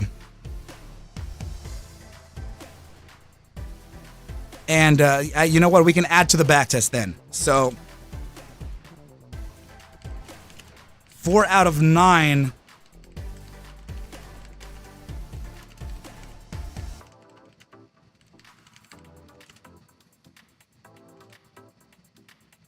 Let's see.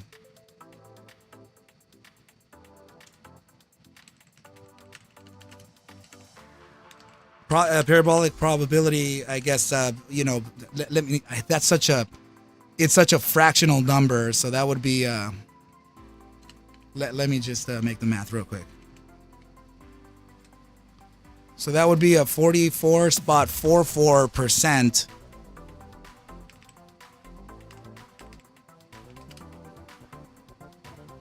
Okay. There we go. So this is the completion of the statistics here. I'm not gonna create a standard deviation from this. It's not needed, right? I think the mean is enough. So so we have, yeah, a total of 14 iterations, 9 of which were guessed correctly to the upside, giving us an upside accuracy of 64.28% upon the Monday, which already, team, already, remember, this is actually the date. I'm sorry. I put it here on Monday, September 11th, being the quad witching is I'm sorry, it's actually back here at this Monday. Where is it? Yeah, I'm sorry. So it would be here. I mean, I could also do it from the Monday, right? So that would be Monday, August 28th. But actually, I think it has to be here. We're already on an upside. So, so technically speaking, it's already proving pretty good. You know, so, well, the Arca, does the Univest have quants that may know about this potential parabolic zone as well? Do they have a Twitter? We'll make them aware. I mean, I don't know that my voice can get...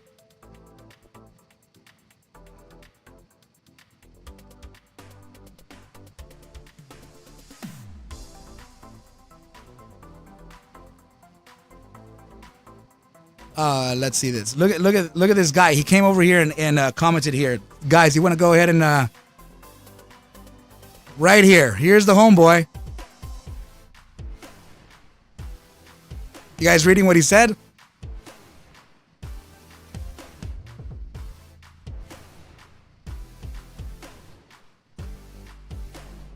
Interesting, huh?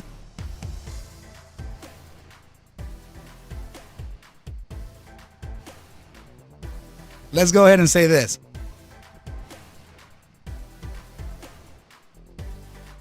All right, check this out.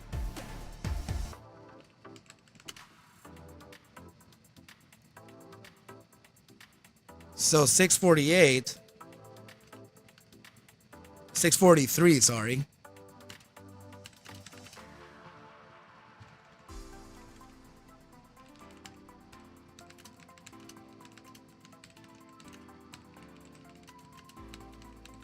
Where did we get that bounce? I wanna see where we got it. We got it at 690. Where's the play? Here it is.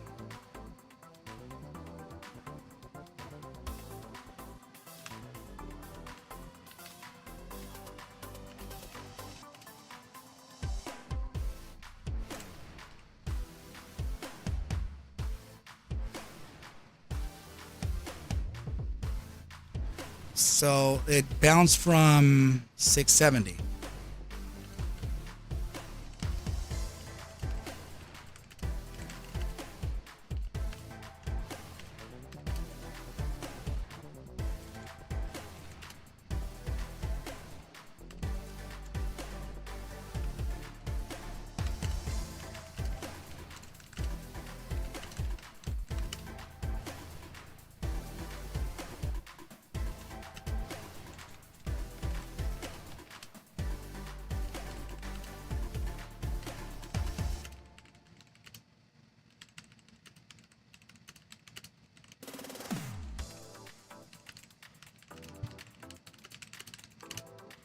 How about that? You guys reading what I'm saying?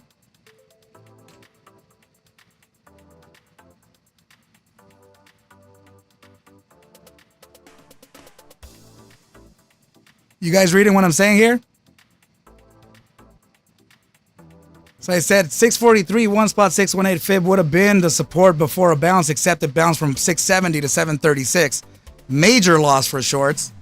These are the bulls dumping to create short FOMO, and you're falling for the liquidity grabs.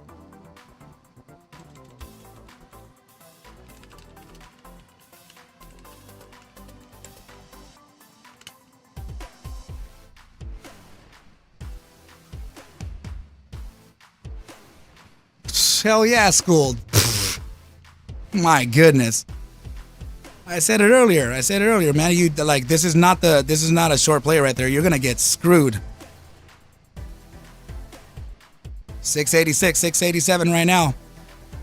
This is the support, guys. Remember we spoke 691 to 685. We're right in here.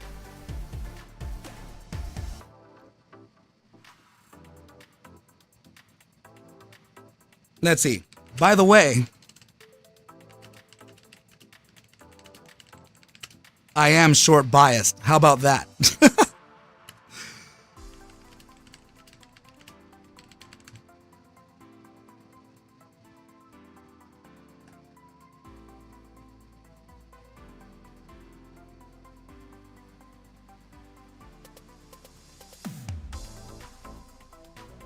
No, I didn't. What the hell did I say? I hated typing fast and trying to get back into this damn thing. Off-grid gorilla, what you posting? Pretty ladies. What the? What?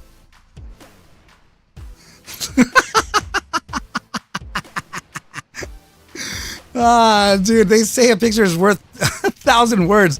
This one is worth at least 2,000. Just truth and facts all in one picture. Oh my goodness. This is Off-Grid Gorilla, bro. That's not me.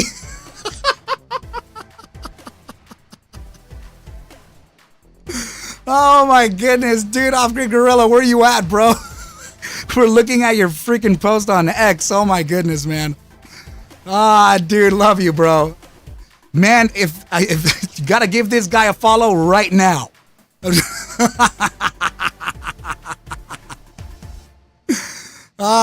Dude, I'm not gonna get swindled by nothing. Oh my goodness, dude, that's hilarious. Look at this, already the team coming up, reposting, liking, let's go.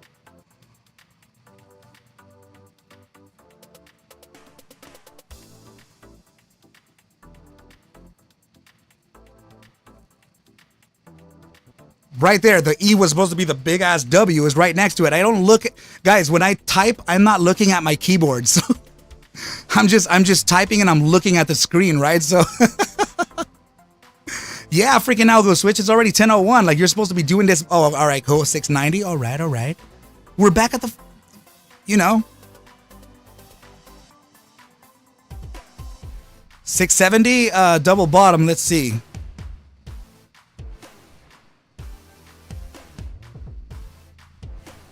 Oh, that's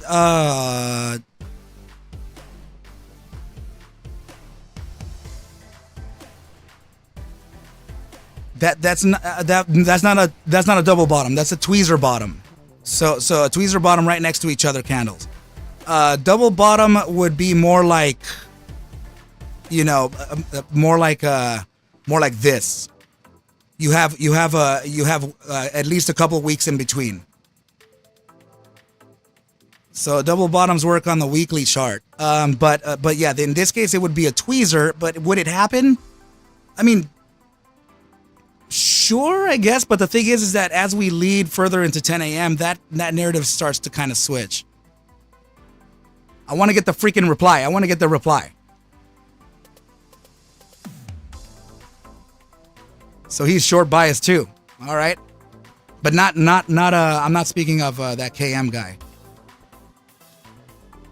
What? Don't be confused, brother. That's right. Damn.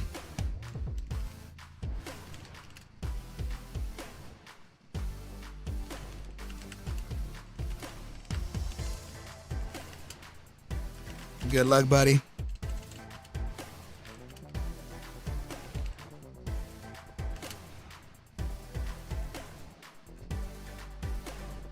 People don't understand that FOMO goes both ways, or what? Can you hear that?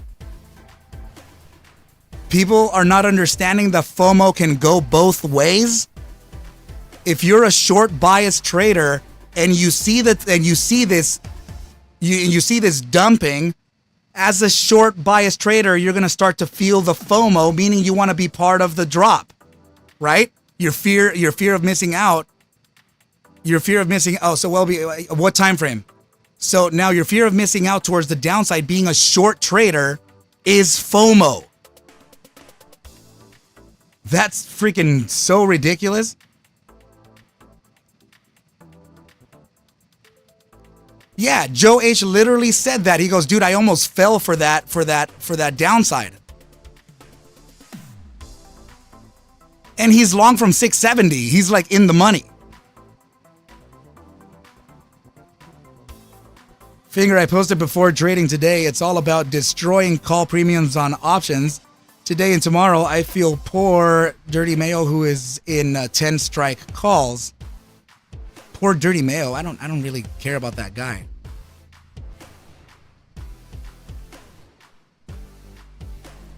Right, so 1 minute VWAP.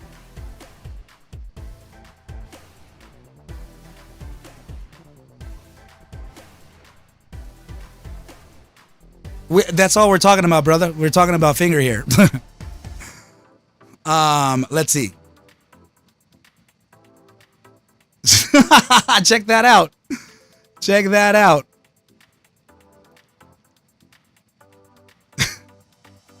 Let me just go ahead and reply to this guy, just like he said. Well, who was it that just posted that?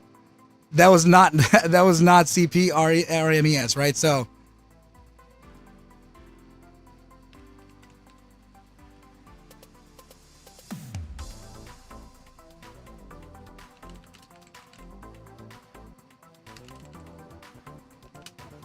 Let's piss him off. I don't think.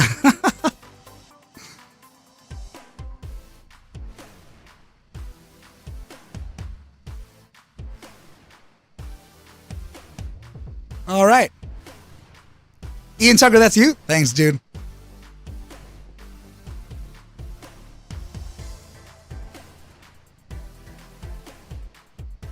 Right. So the Welby, you were talking about the 1 minute short. Let's look at it.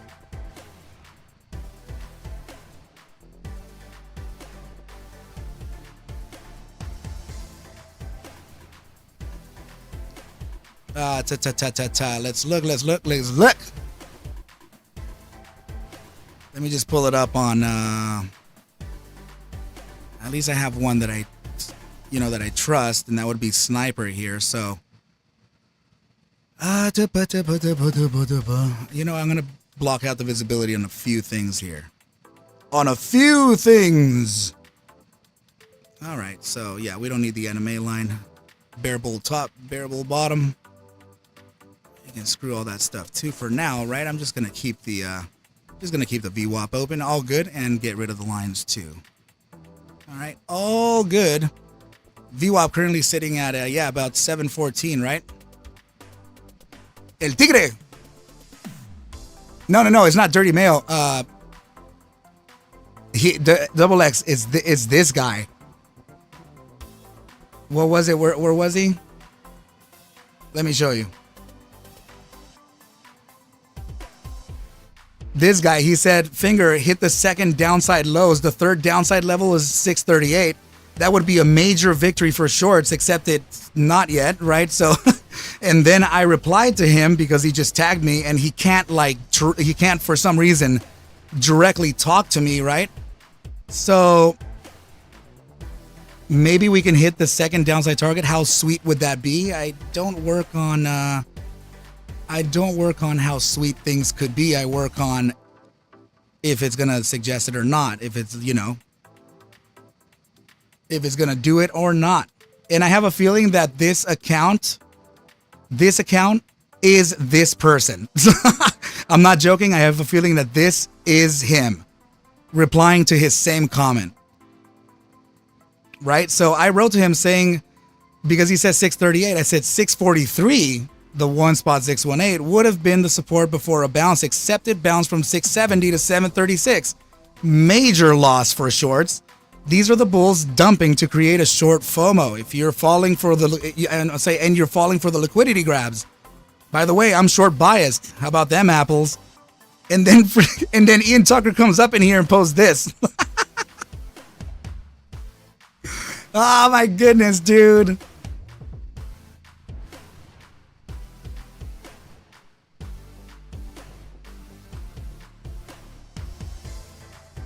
Yeah. Cryptic. Ah, dude. I see he's messing with you. F him. Another guy to throw in the cage with you. Yeah, let's go throw him in the cage.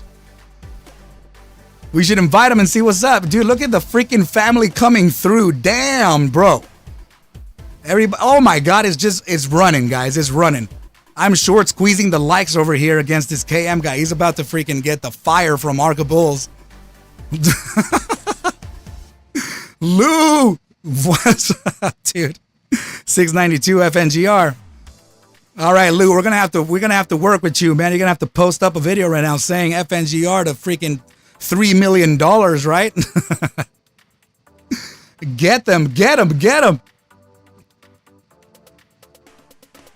Double X, we gotta throw him in the ring. Let's go.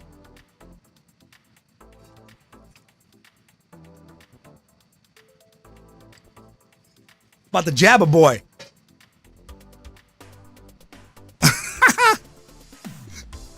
Oh man, good times, you guys. I love it. You bought 34 more finger. Let's go. Panic buying up in here. One does not simply question Arca. I mean, I have to really present both sides. All right, 693. Damn, it actually spiked to a real quick 694 too.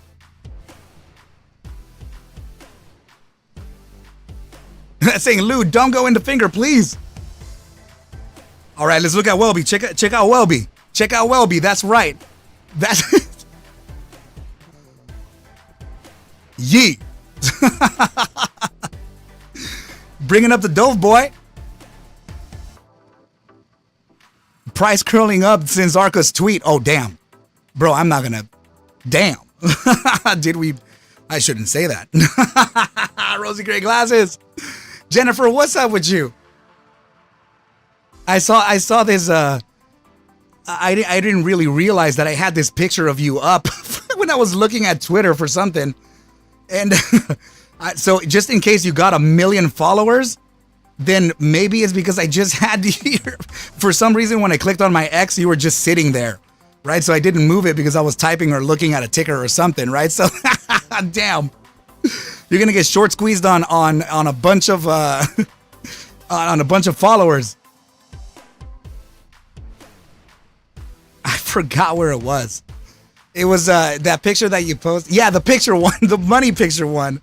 Like I just logged, I just showed the family just like something like this, right? I just posted it up and just you were there, right?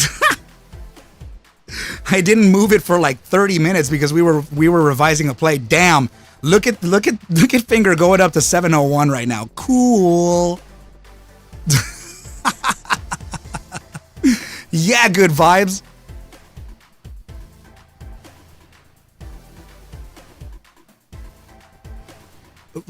Yeah, let's see. AVTX comment says Phyllis. It is a real photo.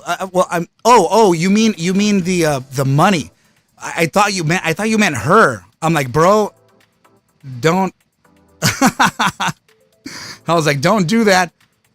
Right, but no. I thought you meant like her herself. I know that some fools have been talking their mad crap out there, Jennifer. So just let me know. We're gonna go ahead and we'll what is it called? We'll at them real quick. We're gonna put the freaking cousins on them. Whoever's hating. All right, 10:13 a.m. and it's looking like it's getting a little bit of a push here. Let's see what's up. Oh, gotcha, Joel. Yeah, you knew it was her. You were talking about the money, right? This one here, I had this up, and I was like, oh shit, I didn't move it, right? So after some time, I was just like, oh damn, I didn't do nothing.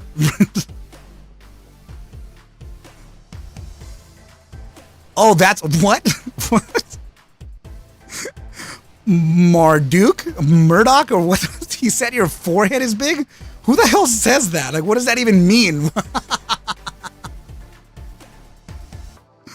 I think he means he's intimidated by a pretty girl and only knows how to say you smell instead of saying you're pretty, which kind of screams 13-year-old. You know, 5 head, a big brain. You got a 7 head. Oh my goodness. Dude, people are for real. Like just. Well, no, Jennifer, I'm sorry. I don't mean to creep on you like that. I'm not doing that. What I mean is really like when I was a 4-year-old or a 5-year-old, I remember I saw this pretty girl and I was like, you smell funny. And I was just in my head. I remember this distinctly because I looked at her and I'm like, damn, she's really pretty. Right. And I'm like really young. I don't know what to do with that. Right. So like, and she's like right there. I'm like, you smell bad. And I guess I wanted to say that you look so awesome, but I said you smell bad. Hella good times here, man. Double X, that's right. Jennifer, I gotta tell you that Double X is a really famous MMA fighter that doesn't let me know who he is, but I think I know who he is and he denies it, right? So he's asking for real. Who is Mo Duke? We're about to put him in the ring, right? Because he's gonna be taught a lesson or 4.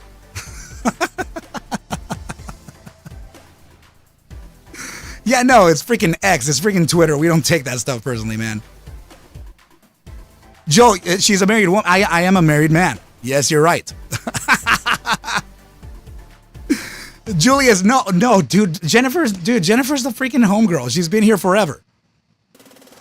Marduk. And how do you even pronounce that? There we go. Look, Jennifer. Double X. We're on. We're about to take him to the ring, my bro. Let's go. Marducky. Okay, so yeah, we're back to FNGR up in here. That's right. Ike, what is up, my bro? Dude, I actually spoke about you yesterday, dude. I was telling everybody how you were like a full stack engineer, bro, and you're living out your dream right now, dude. Also while pushing the ARQs, my bro, dude. Good to see you here, man. Barbara Young, good afternoon to Arca. Just able to tune in. Could you please take a look at MRES? Yeah, what's up with MRES? What's going on with that? With Mrez. Oh, he's just some dude on space calls? Oh, I got you. Talking about big foreheads and stuff? Off-Grid Gorilla, we were laughing at your post, bro. I said, oh, pretty ladies? And there's one pretty lady and like 3 horses. And I'm like, dude, what? And then Cryptic over here calling me a perv. That was terrible. Oh my goodness, dude. I get caught up in these weird situations, man. It's just don't, please don't. All right? But yeah, let's look at it. Let's look at it. I want to take a look at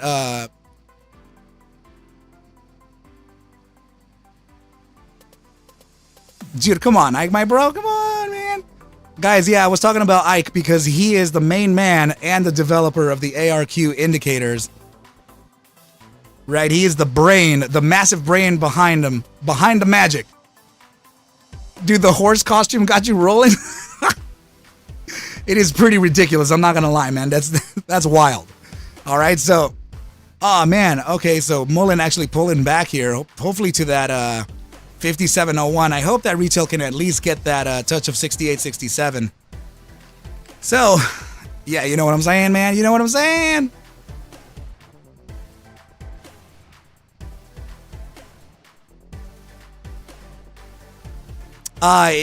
Steve Mertz, it looks like we're inching towards that right now. It's a serious little battle right now because of fear, you know? It's just fear being presented.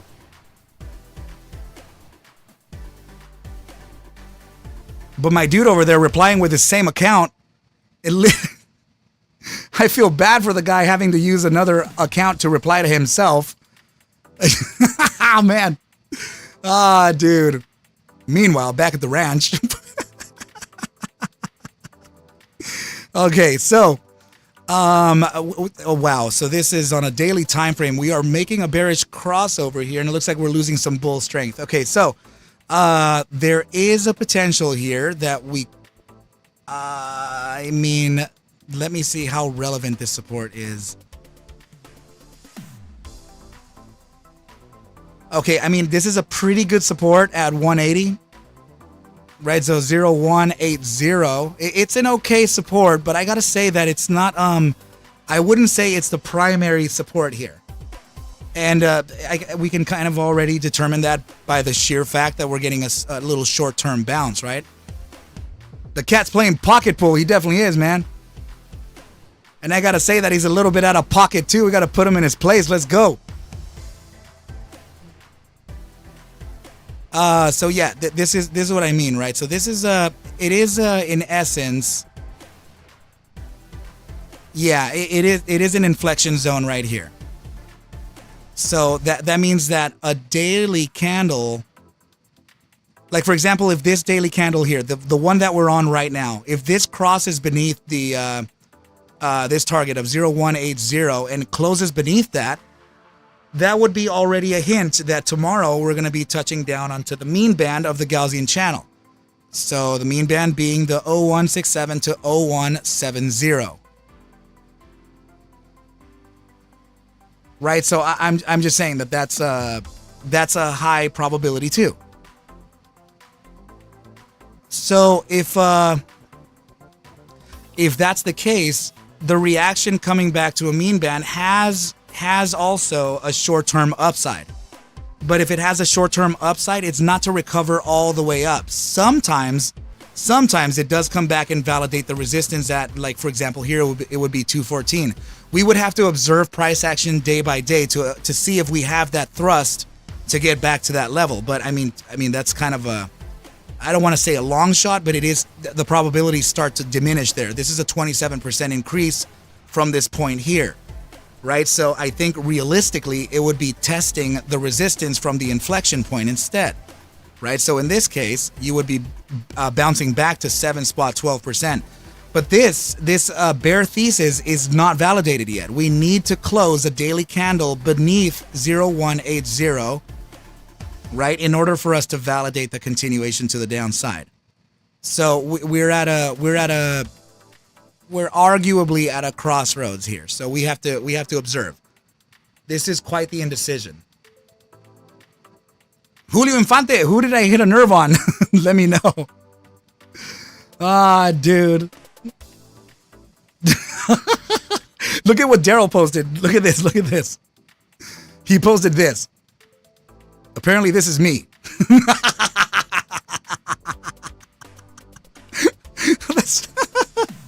Oh my goodness, Lauren Wood saying golden crossover on FNGR on the 3 minute. Very cool. Ready to do the switcheroo. Let's go.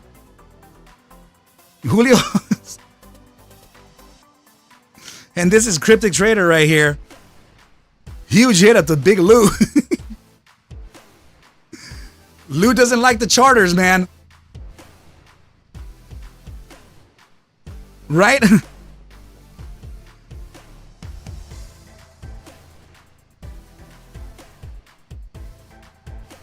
Oh man.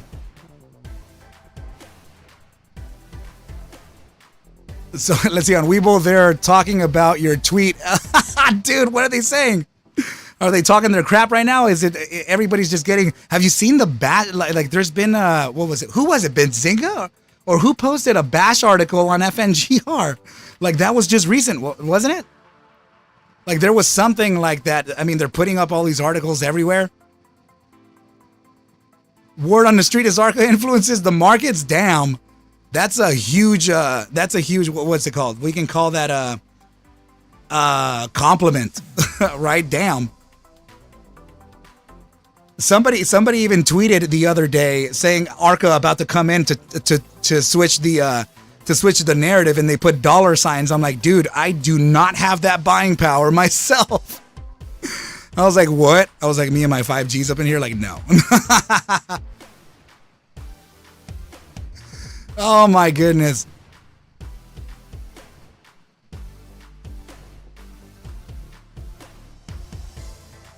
Damn, yeah, we did. And I think, wasn't that the $772.6 million bid? Was that in the after hours or was that during trading hours? 12:30, yeah, 12:30 p.m. That would be Eastern, 10:30 p.m. 10:30. I'm sorry, 12:30 p.m. Yeah, and then 10:30 a.m. on the Pacific side. And we're at about 10:24, and FNGR is already showing some little signs of recovery, right? So we shall see. It looks like it, right? It looks. I mean, if they would have taken it anymore, then I mean they wouldn't currently be sitting right now from getting rudely interrupted at 670, right? Dude. Oh my goodness. Yeah, we're stuck at that 697 right now. It's like balancing out right in between. It's like people are thinking, damn, do I want to short right now 6 minutes from 10:30 a.m. where everything just pops off? Tough decisions here. Tough call. I'm just pointing out the truth, right? I'm just pointing out the truth.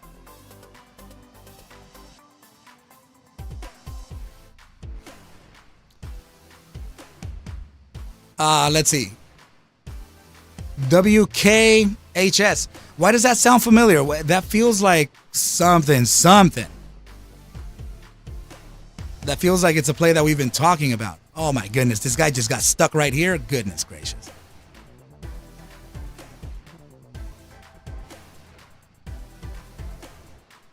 All right. WKHS.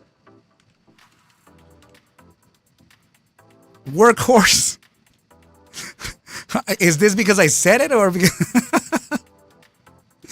Oh my goodness, dude. Interesting. Let's see. Getting further and further away. This is not a good sign. We're starting to get the red signal here from this asset, which I'm sorry, from the Gaussian channel, which means that if we are going to face a potential downside here, that is suggesting a potential double bottom, and this is for real a double bottom.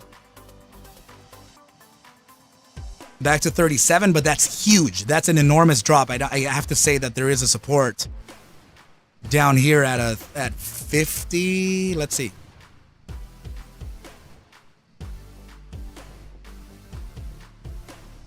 $15 days to close.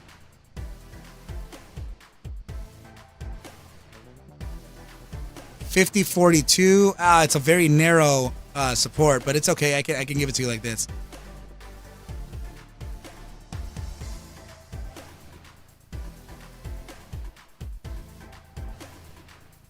So yeah, 50 to 53. It's kind of inching towards that. And not only that, is that you were clearly signaled here for a downside monthly. This is the month, like literally 15 days ago. 15 days ago, a monthly bearish engulfing printed here. And price action is definitely suggesting that. So 15 days to close, this candle will probably try to reach this level here.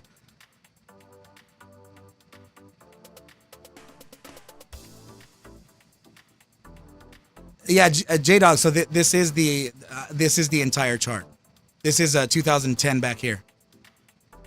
And this is like literally the freaking what is it?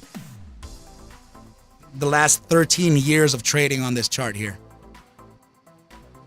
Finger is above 7? Where that guy at? Spreading all that.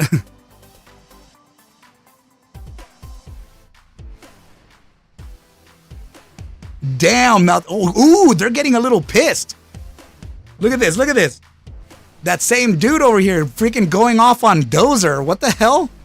He's saying you ever shield a stock without deceiving people? What? Dude. Oh my goodness. Dude, Dozer called GTII from, I'm not gonna lie, bro. Let me just kind of say it like this. Let me retrace here on GTII a bit. Dude, no lie.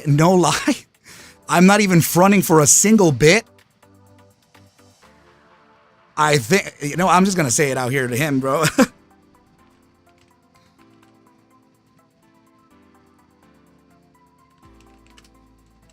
I think he's been at this for like years, I think.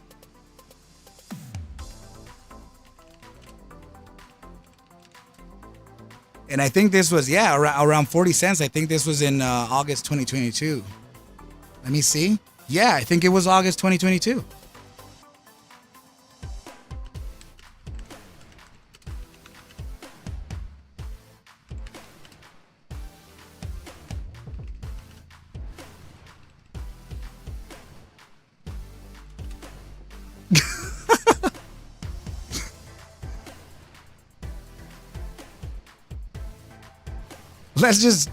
Let's just put it at that, man. That fool said straight up, he said, man, I think GTII is gonna pop off, and he covered it every single day in August when I first opened up my account on Twitter, right? And I'm like, what the heck is GTII? And he kept on telling me, bro, GTII is gonna go to the moon.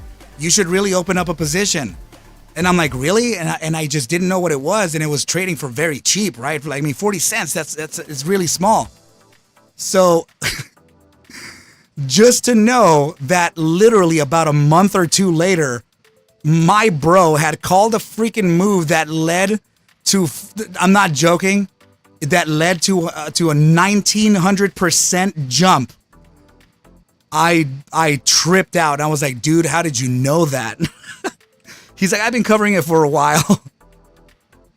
So no, I don't, dude, I'm not gonna let Dozer go off on that by himself. That sucks. So I'm gonna just put it like that, right? I'm there for the homeboy. I'm there for him. All right, so it's 10:30 a.m. and we're back above $7.04. What is good?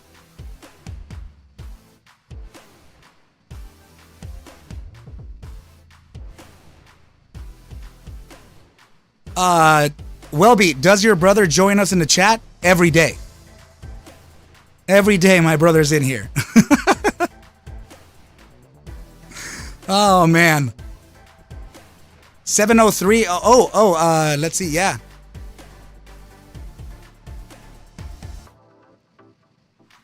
Let's see. Same move on ASRE. Let's see. Oh, dude. Whoa. Damn, that is so, oh man, it just sucks that I don't have none of that cash. Damn it. This is oh my goodness, no way. Guys, this actually may be the main shakeout here before ASRE starts making a run here. Whoa. Zephyr is saying I'm his brother. Cryptic is saying I'm his daddy. Lauren Wood over here saying I'm his mother.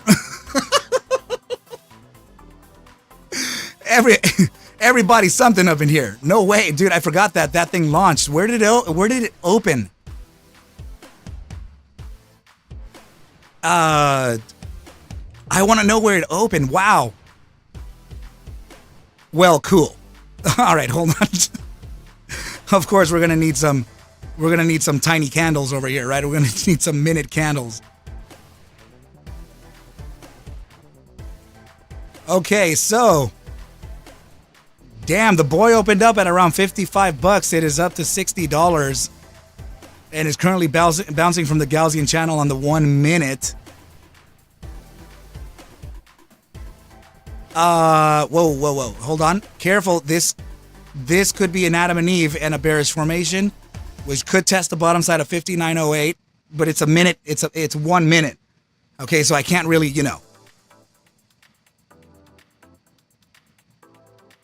Right, so I can say, and we call ourselves Arca Bulls family. That's right, man. Everybody up in here is my mom, my dad, my sister. Apparently, I don't know. Fern 5, what is up, man? Mi compita. Compita frita. What's up, bro? How you doing? All right, let's see. A little tiny 1 minute bearish engulfing here on ARM. This has a lot of volatility right now, man. This thing is maxed out. Saying, "Asa, dude." Just over here, man. Observing, dude, so many people just talking their crap on X right now, man. People really trying to push that downside.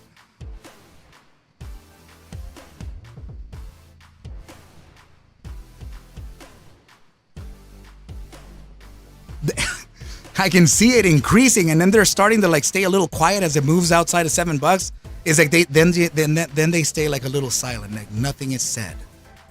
Right, and then 698. Oh, finger sucks, and then $7.01. Shh. we're like at the threshold there. So what does that tell you, right? 699. They're like blah blah blah blah, and then freaking 701 staying quiet. 699 blah blah blah blah, and then 701 they stay quiet. So is that marking off an inflection point or what? That means buy to me. That means let's go. Nice, Lauren. You have that ARM powder in your account now. Shoo, boy. Yeah. Hell yeah, let them talk, man. It's all good. The thing is that they're not going to talk when it's above $7 because they're bringing in, they're bringing in attention to the asset, meaning that you would, you're kind of, you're bringing attention to something that is crazy up, right? So they would rather see it under $7 because then they're like, oh, shoot, it's already under $7, right? So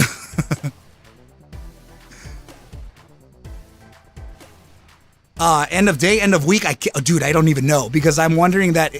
Have you noticed in the pre-market that this thing like it's ripped? Like for example here. Right, in this pre-market, 685 to 750. Dude, like, how does that happen, So it's like, yeah, let them play their little short game, right? Take us all the way down, all the way over here to 640, right? We load up hella hard on 640, and then it comes up and closes at 685, and then magically in that hour, right after market close, 750.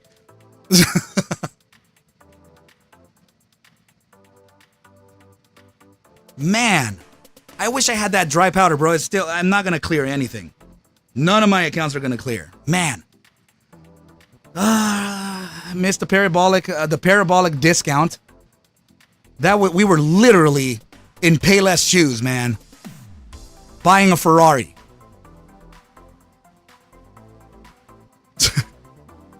So that sucked.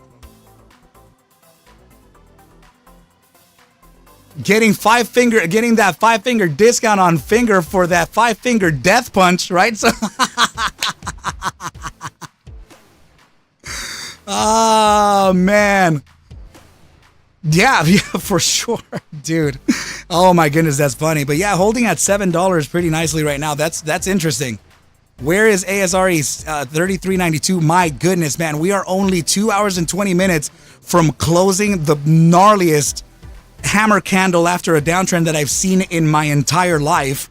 This actually resembles, this formation here resembles a Wyckoff shakeout, a terminal shakeout, right? Or a spring.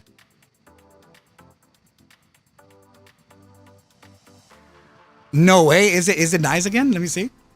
Damn. I can't believe it's still holding that, bro. Like, they're for real about their news right now? Are you gonna like finally help Arca get away from so many shills? Like, dude, all I'm doing is just sharing what the day-to-day chart is saying.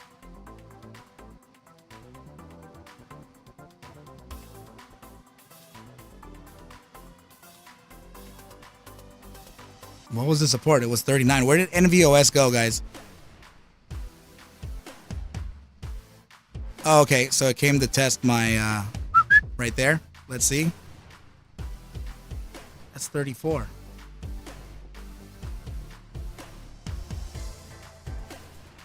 Yeah, guys, careful. there's a little bit of a bearish engulfing happening here on NVOS on a daily, right? So keep an eye on that. 2 hours and 20 minutes to close that, okay? So just eyeballs on that, okay? But your invalidation zone is still kind of far away. It's not here yet, right? So your true invalidation, meaning that this thing could still fall even to 25 cents to still be okay. And I mean that in the best way possible. So this is I'm just saying that this is your invalidation area, and you're a cool penny away from that. 24.98 to 25.84. Now, invalidating this, of course, that would lead to some further downside targets, particularly 17 cents. Now my son is definitely awake. I actually got a peace in the Middle East. Nothing going right today, guys. Remember that Fridays and Mondays are usually the most bearish days on the markets. We're out here wanting the gold. Science rules. Thank you. I appreciate you.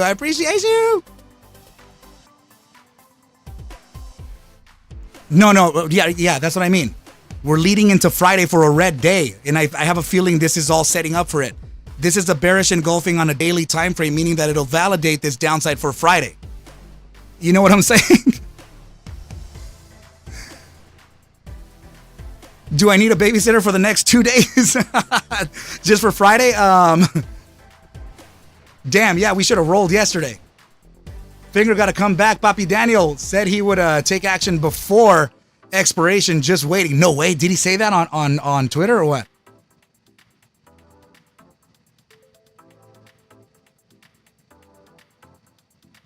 That would be pretty interesting. Yeah, I think so. They're like literally trying to validate a psychological downside here.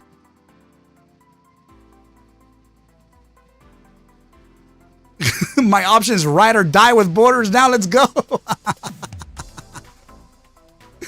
He also said all the options would be in the money. LOL. That means the 15s too. I don't not do the 15s. Oh my goodness. Just imagine they're like, all right, let's stop this incremental thing right now and let's just dump freaking $2 billion into the market. Split between us 15. Let's get it. Dude, if I was there, I'd totally be down, bro. I'd drop 500 million right as my part. Let's go. He said it in one of the replies. It should be one of the top if you want to look. Yeah, I'm down. Let me see. You know what? I'm just gonna search D borders.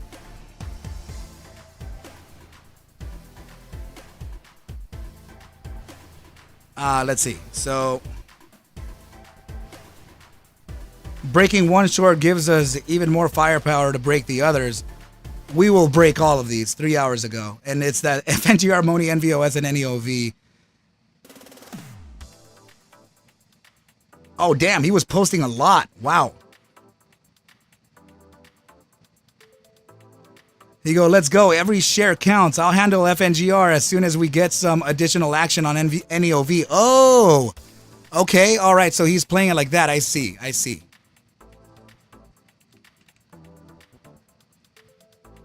Oh, what? Come on, man.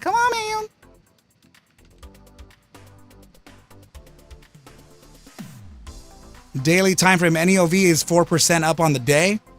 It got rejected from the top side of the Gaussian band at 340. That means that at one point, I see why. Now that they're in the green with NEOV, I mean, at one point this thing was 10.5% up, so that's not bad.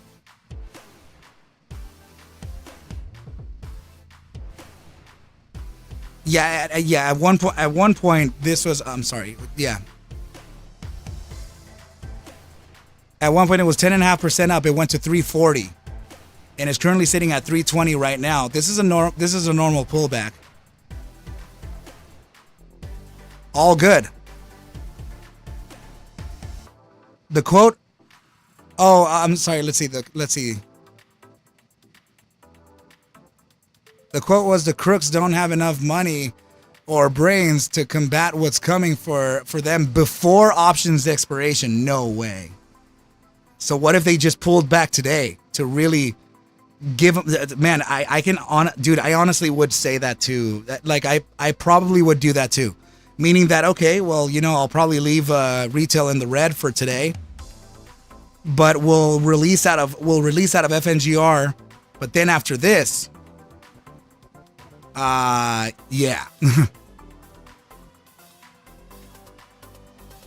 Right. So let's see here. They're playing chicken with a freight train. The best part of, let's see, I'm trying to find that tweet.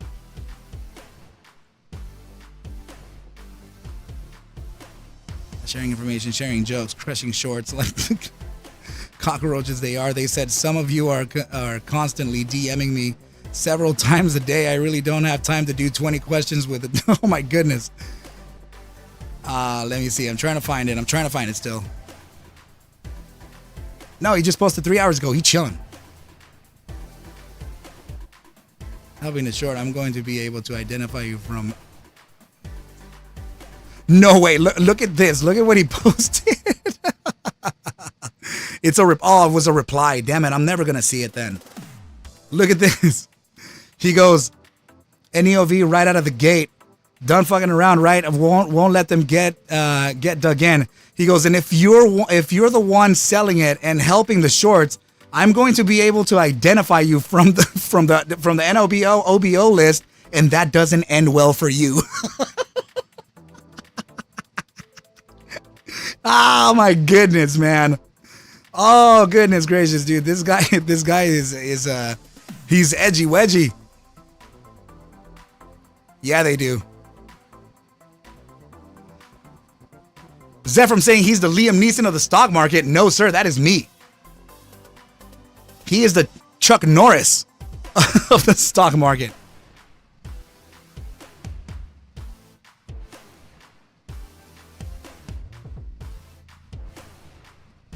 Dude, this guy said, what are you talking about, bro?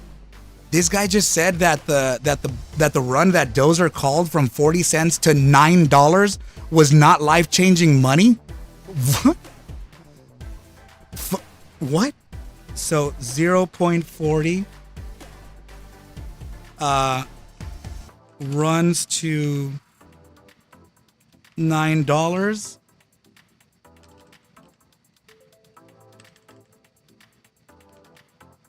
Nine, as in 9,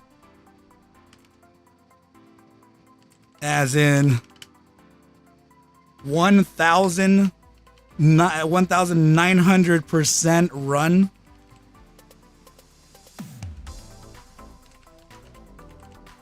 Yeah, you're right.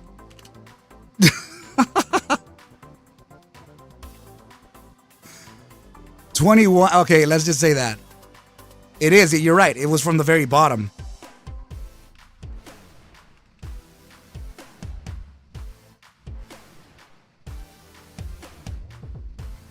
I'm the Stewie Griffin of Wall Street. Dude.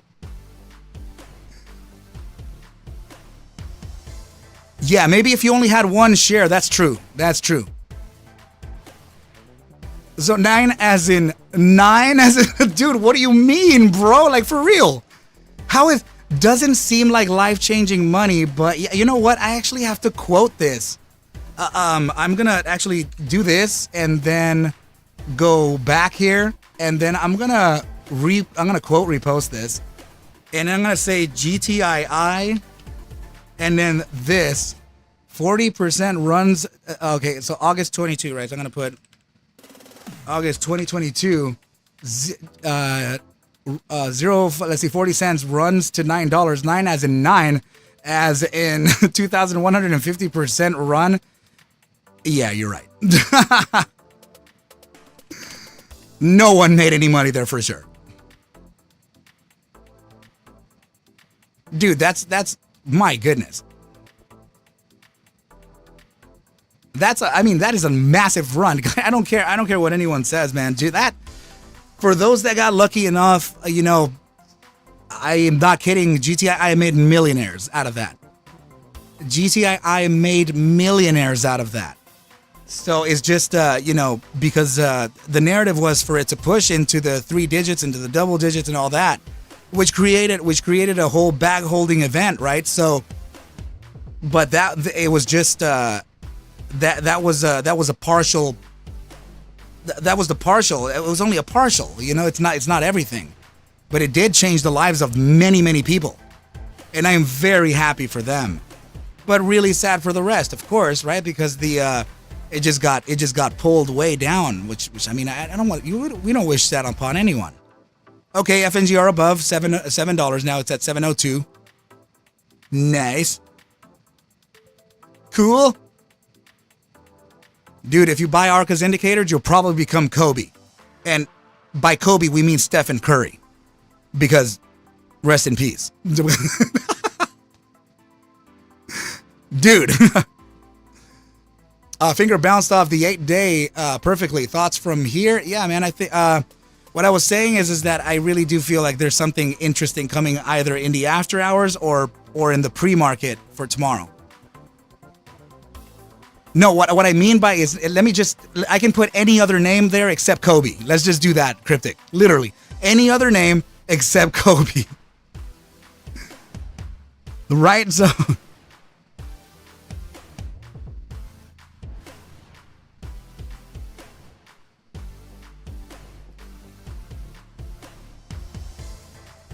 Dude, Yao Ming, oh my goodness, that fool's huge. I wish I would have been able to buy GTI on Webull, but it doesn't.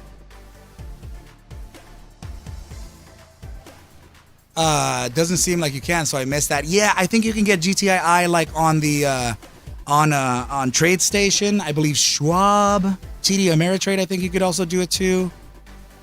There's a few platforms where that's possible. All right, team. I think this is a pretty good place to call it here. I really need to get to that guy. He's over there messing around like nobody's business.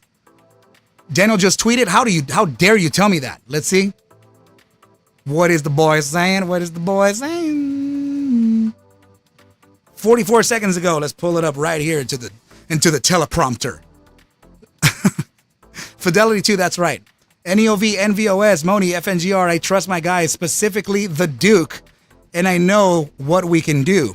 You're worrying about nothing. KM, bro, you were just over there fighting me. You're over here, man, telling me to buy GTII. Come on, man. Are you talking on William as well? Like you're William, you're Five Guys? Oh my goodness, man. KM, why don't you reply to me directly to me? You know what I'm saying?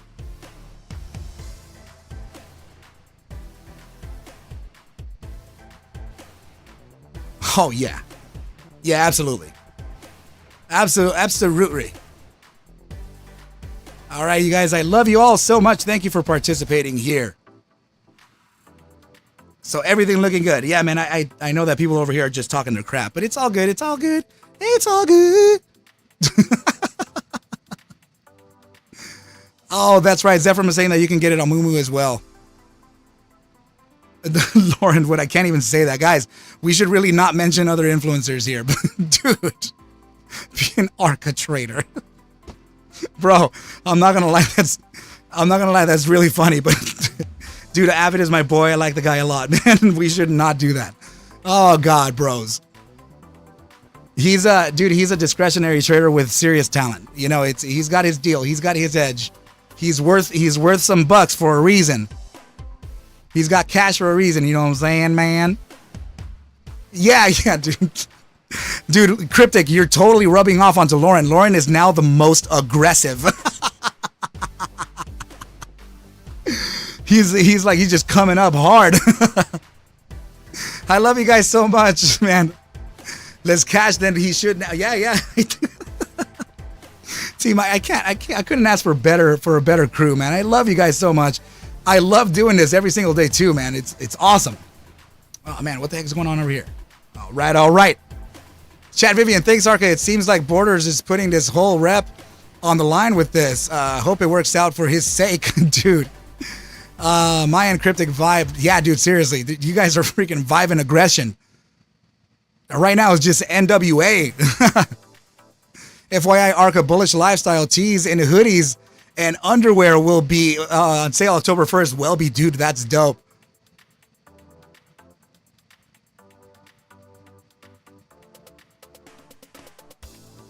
Dude, Bullish Lifestyle? Boy, man, that sounds amazing. All right, you guys. Please take whatever I do show and iterate within these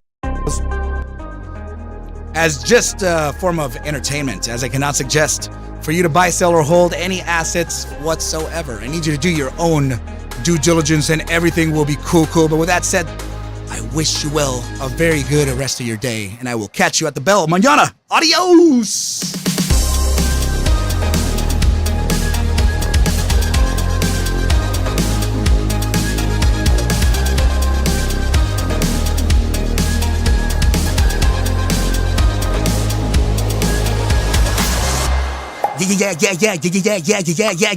Yeah.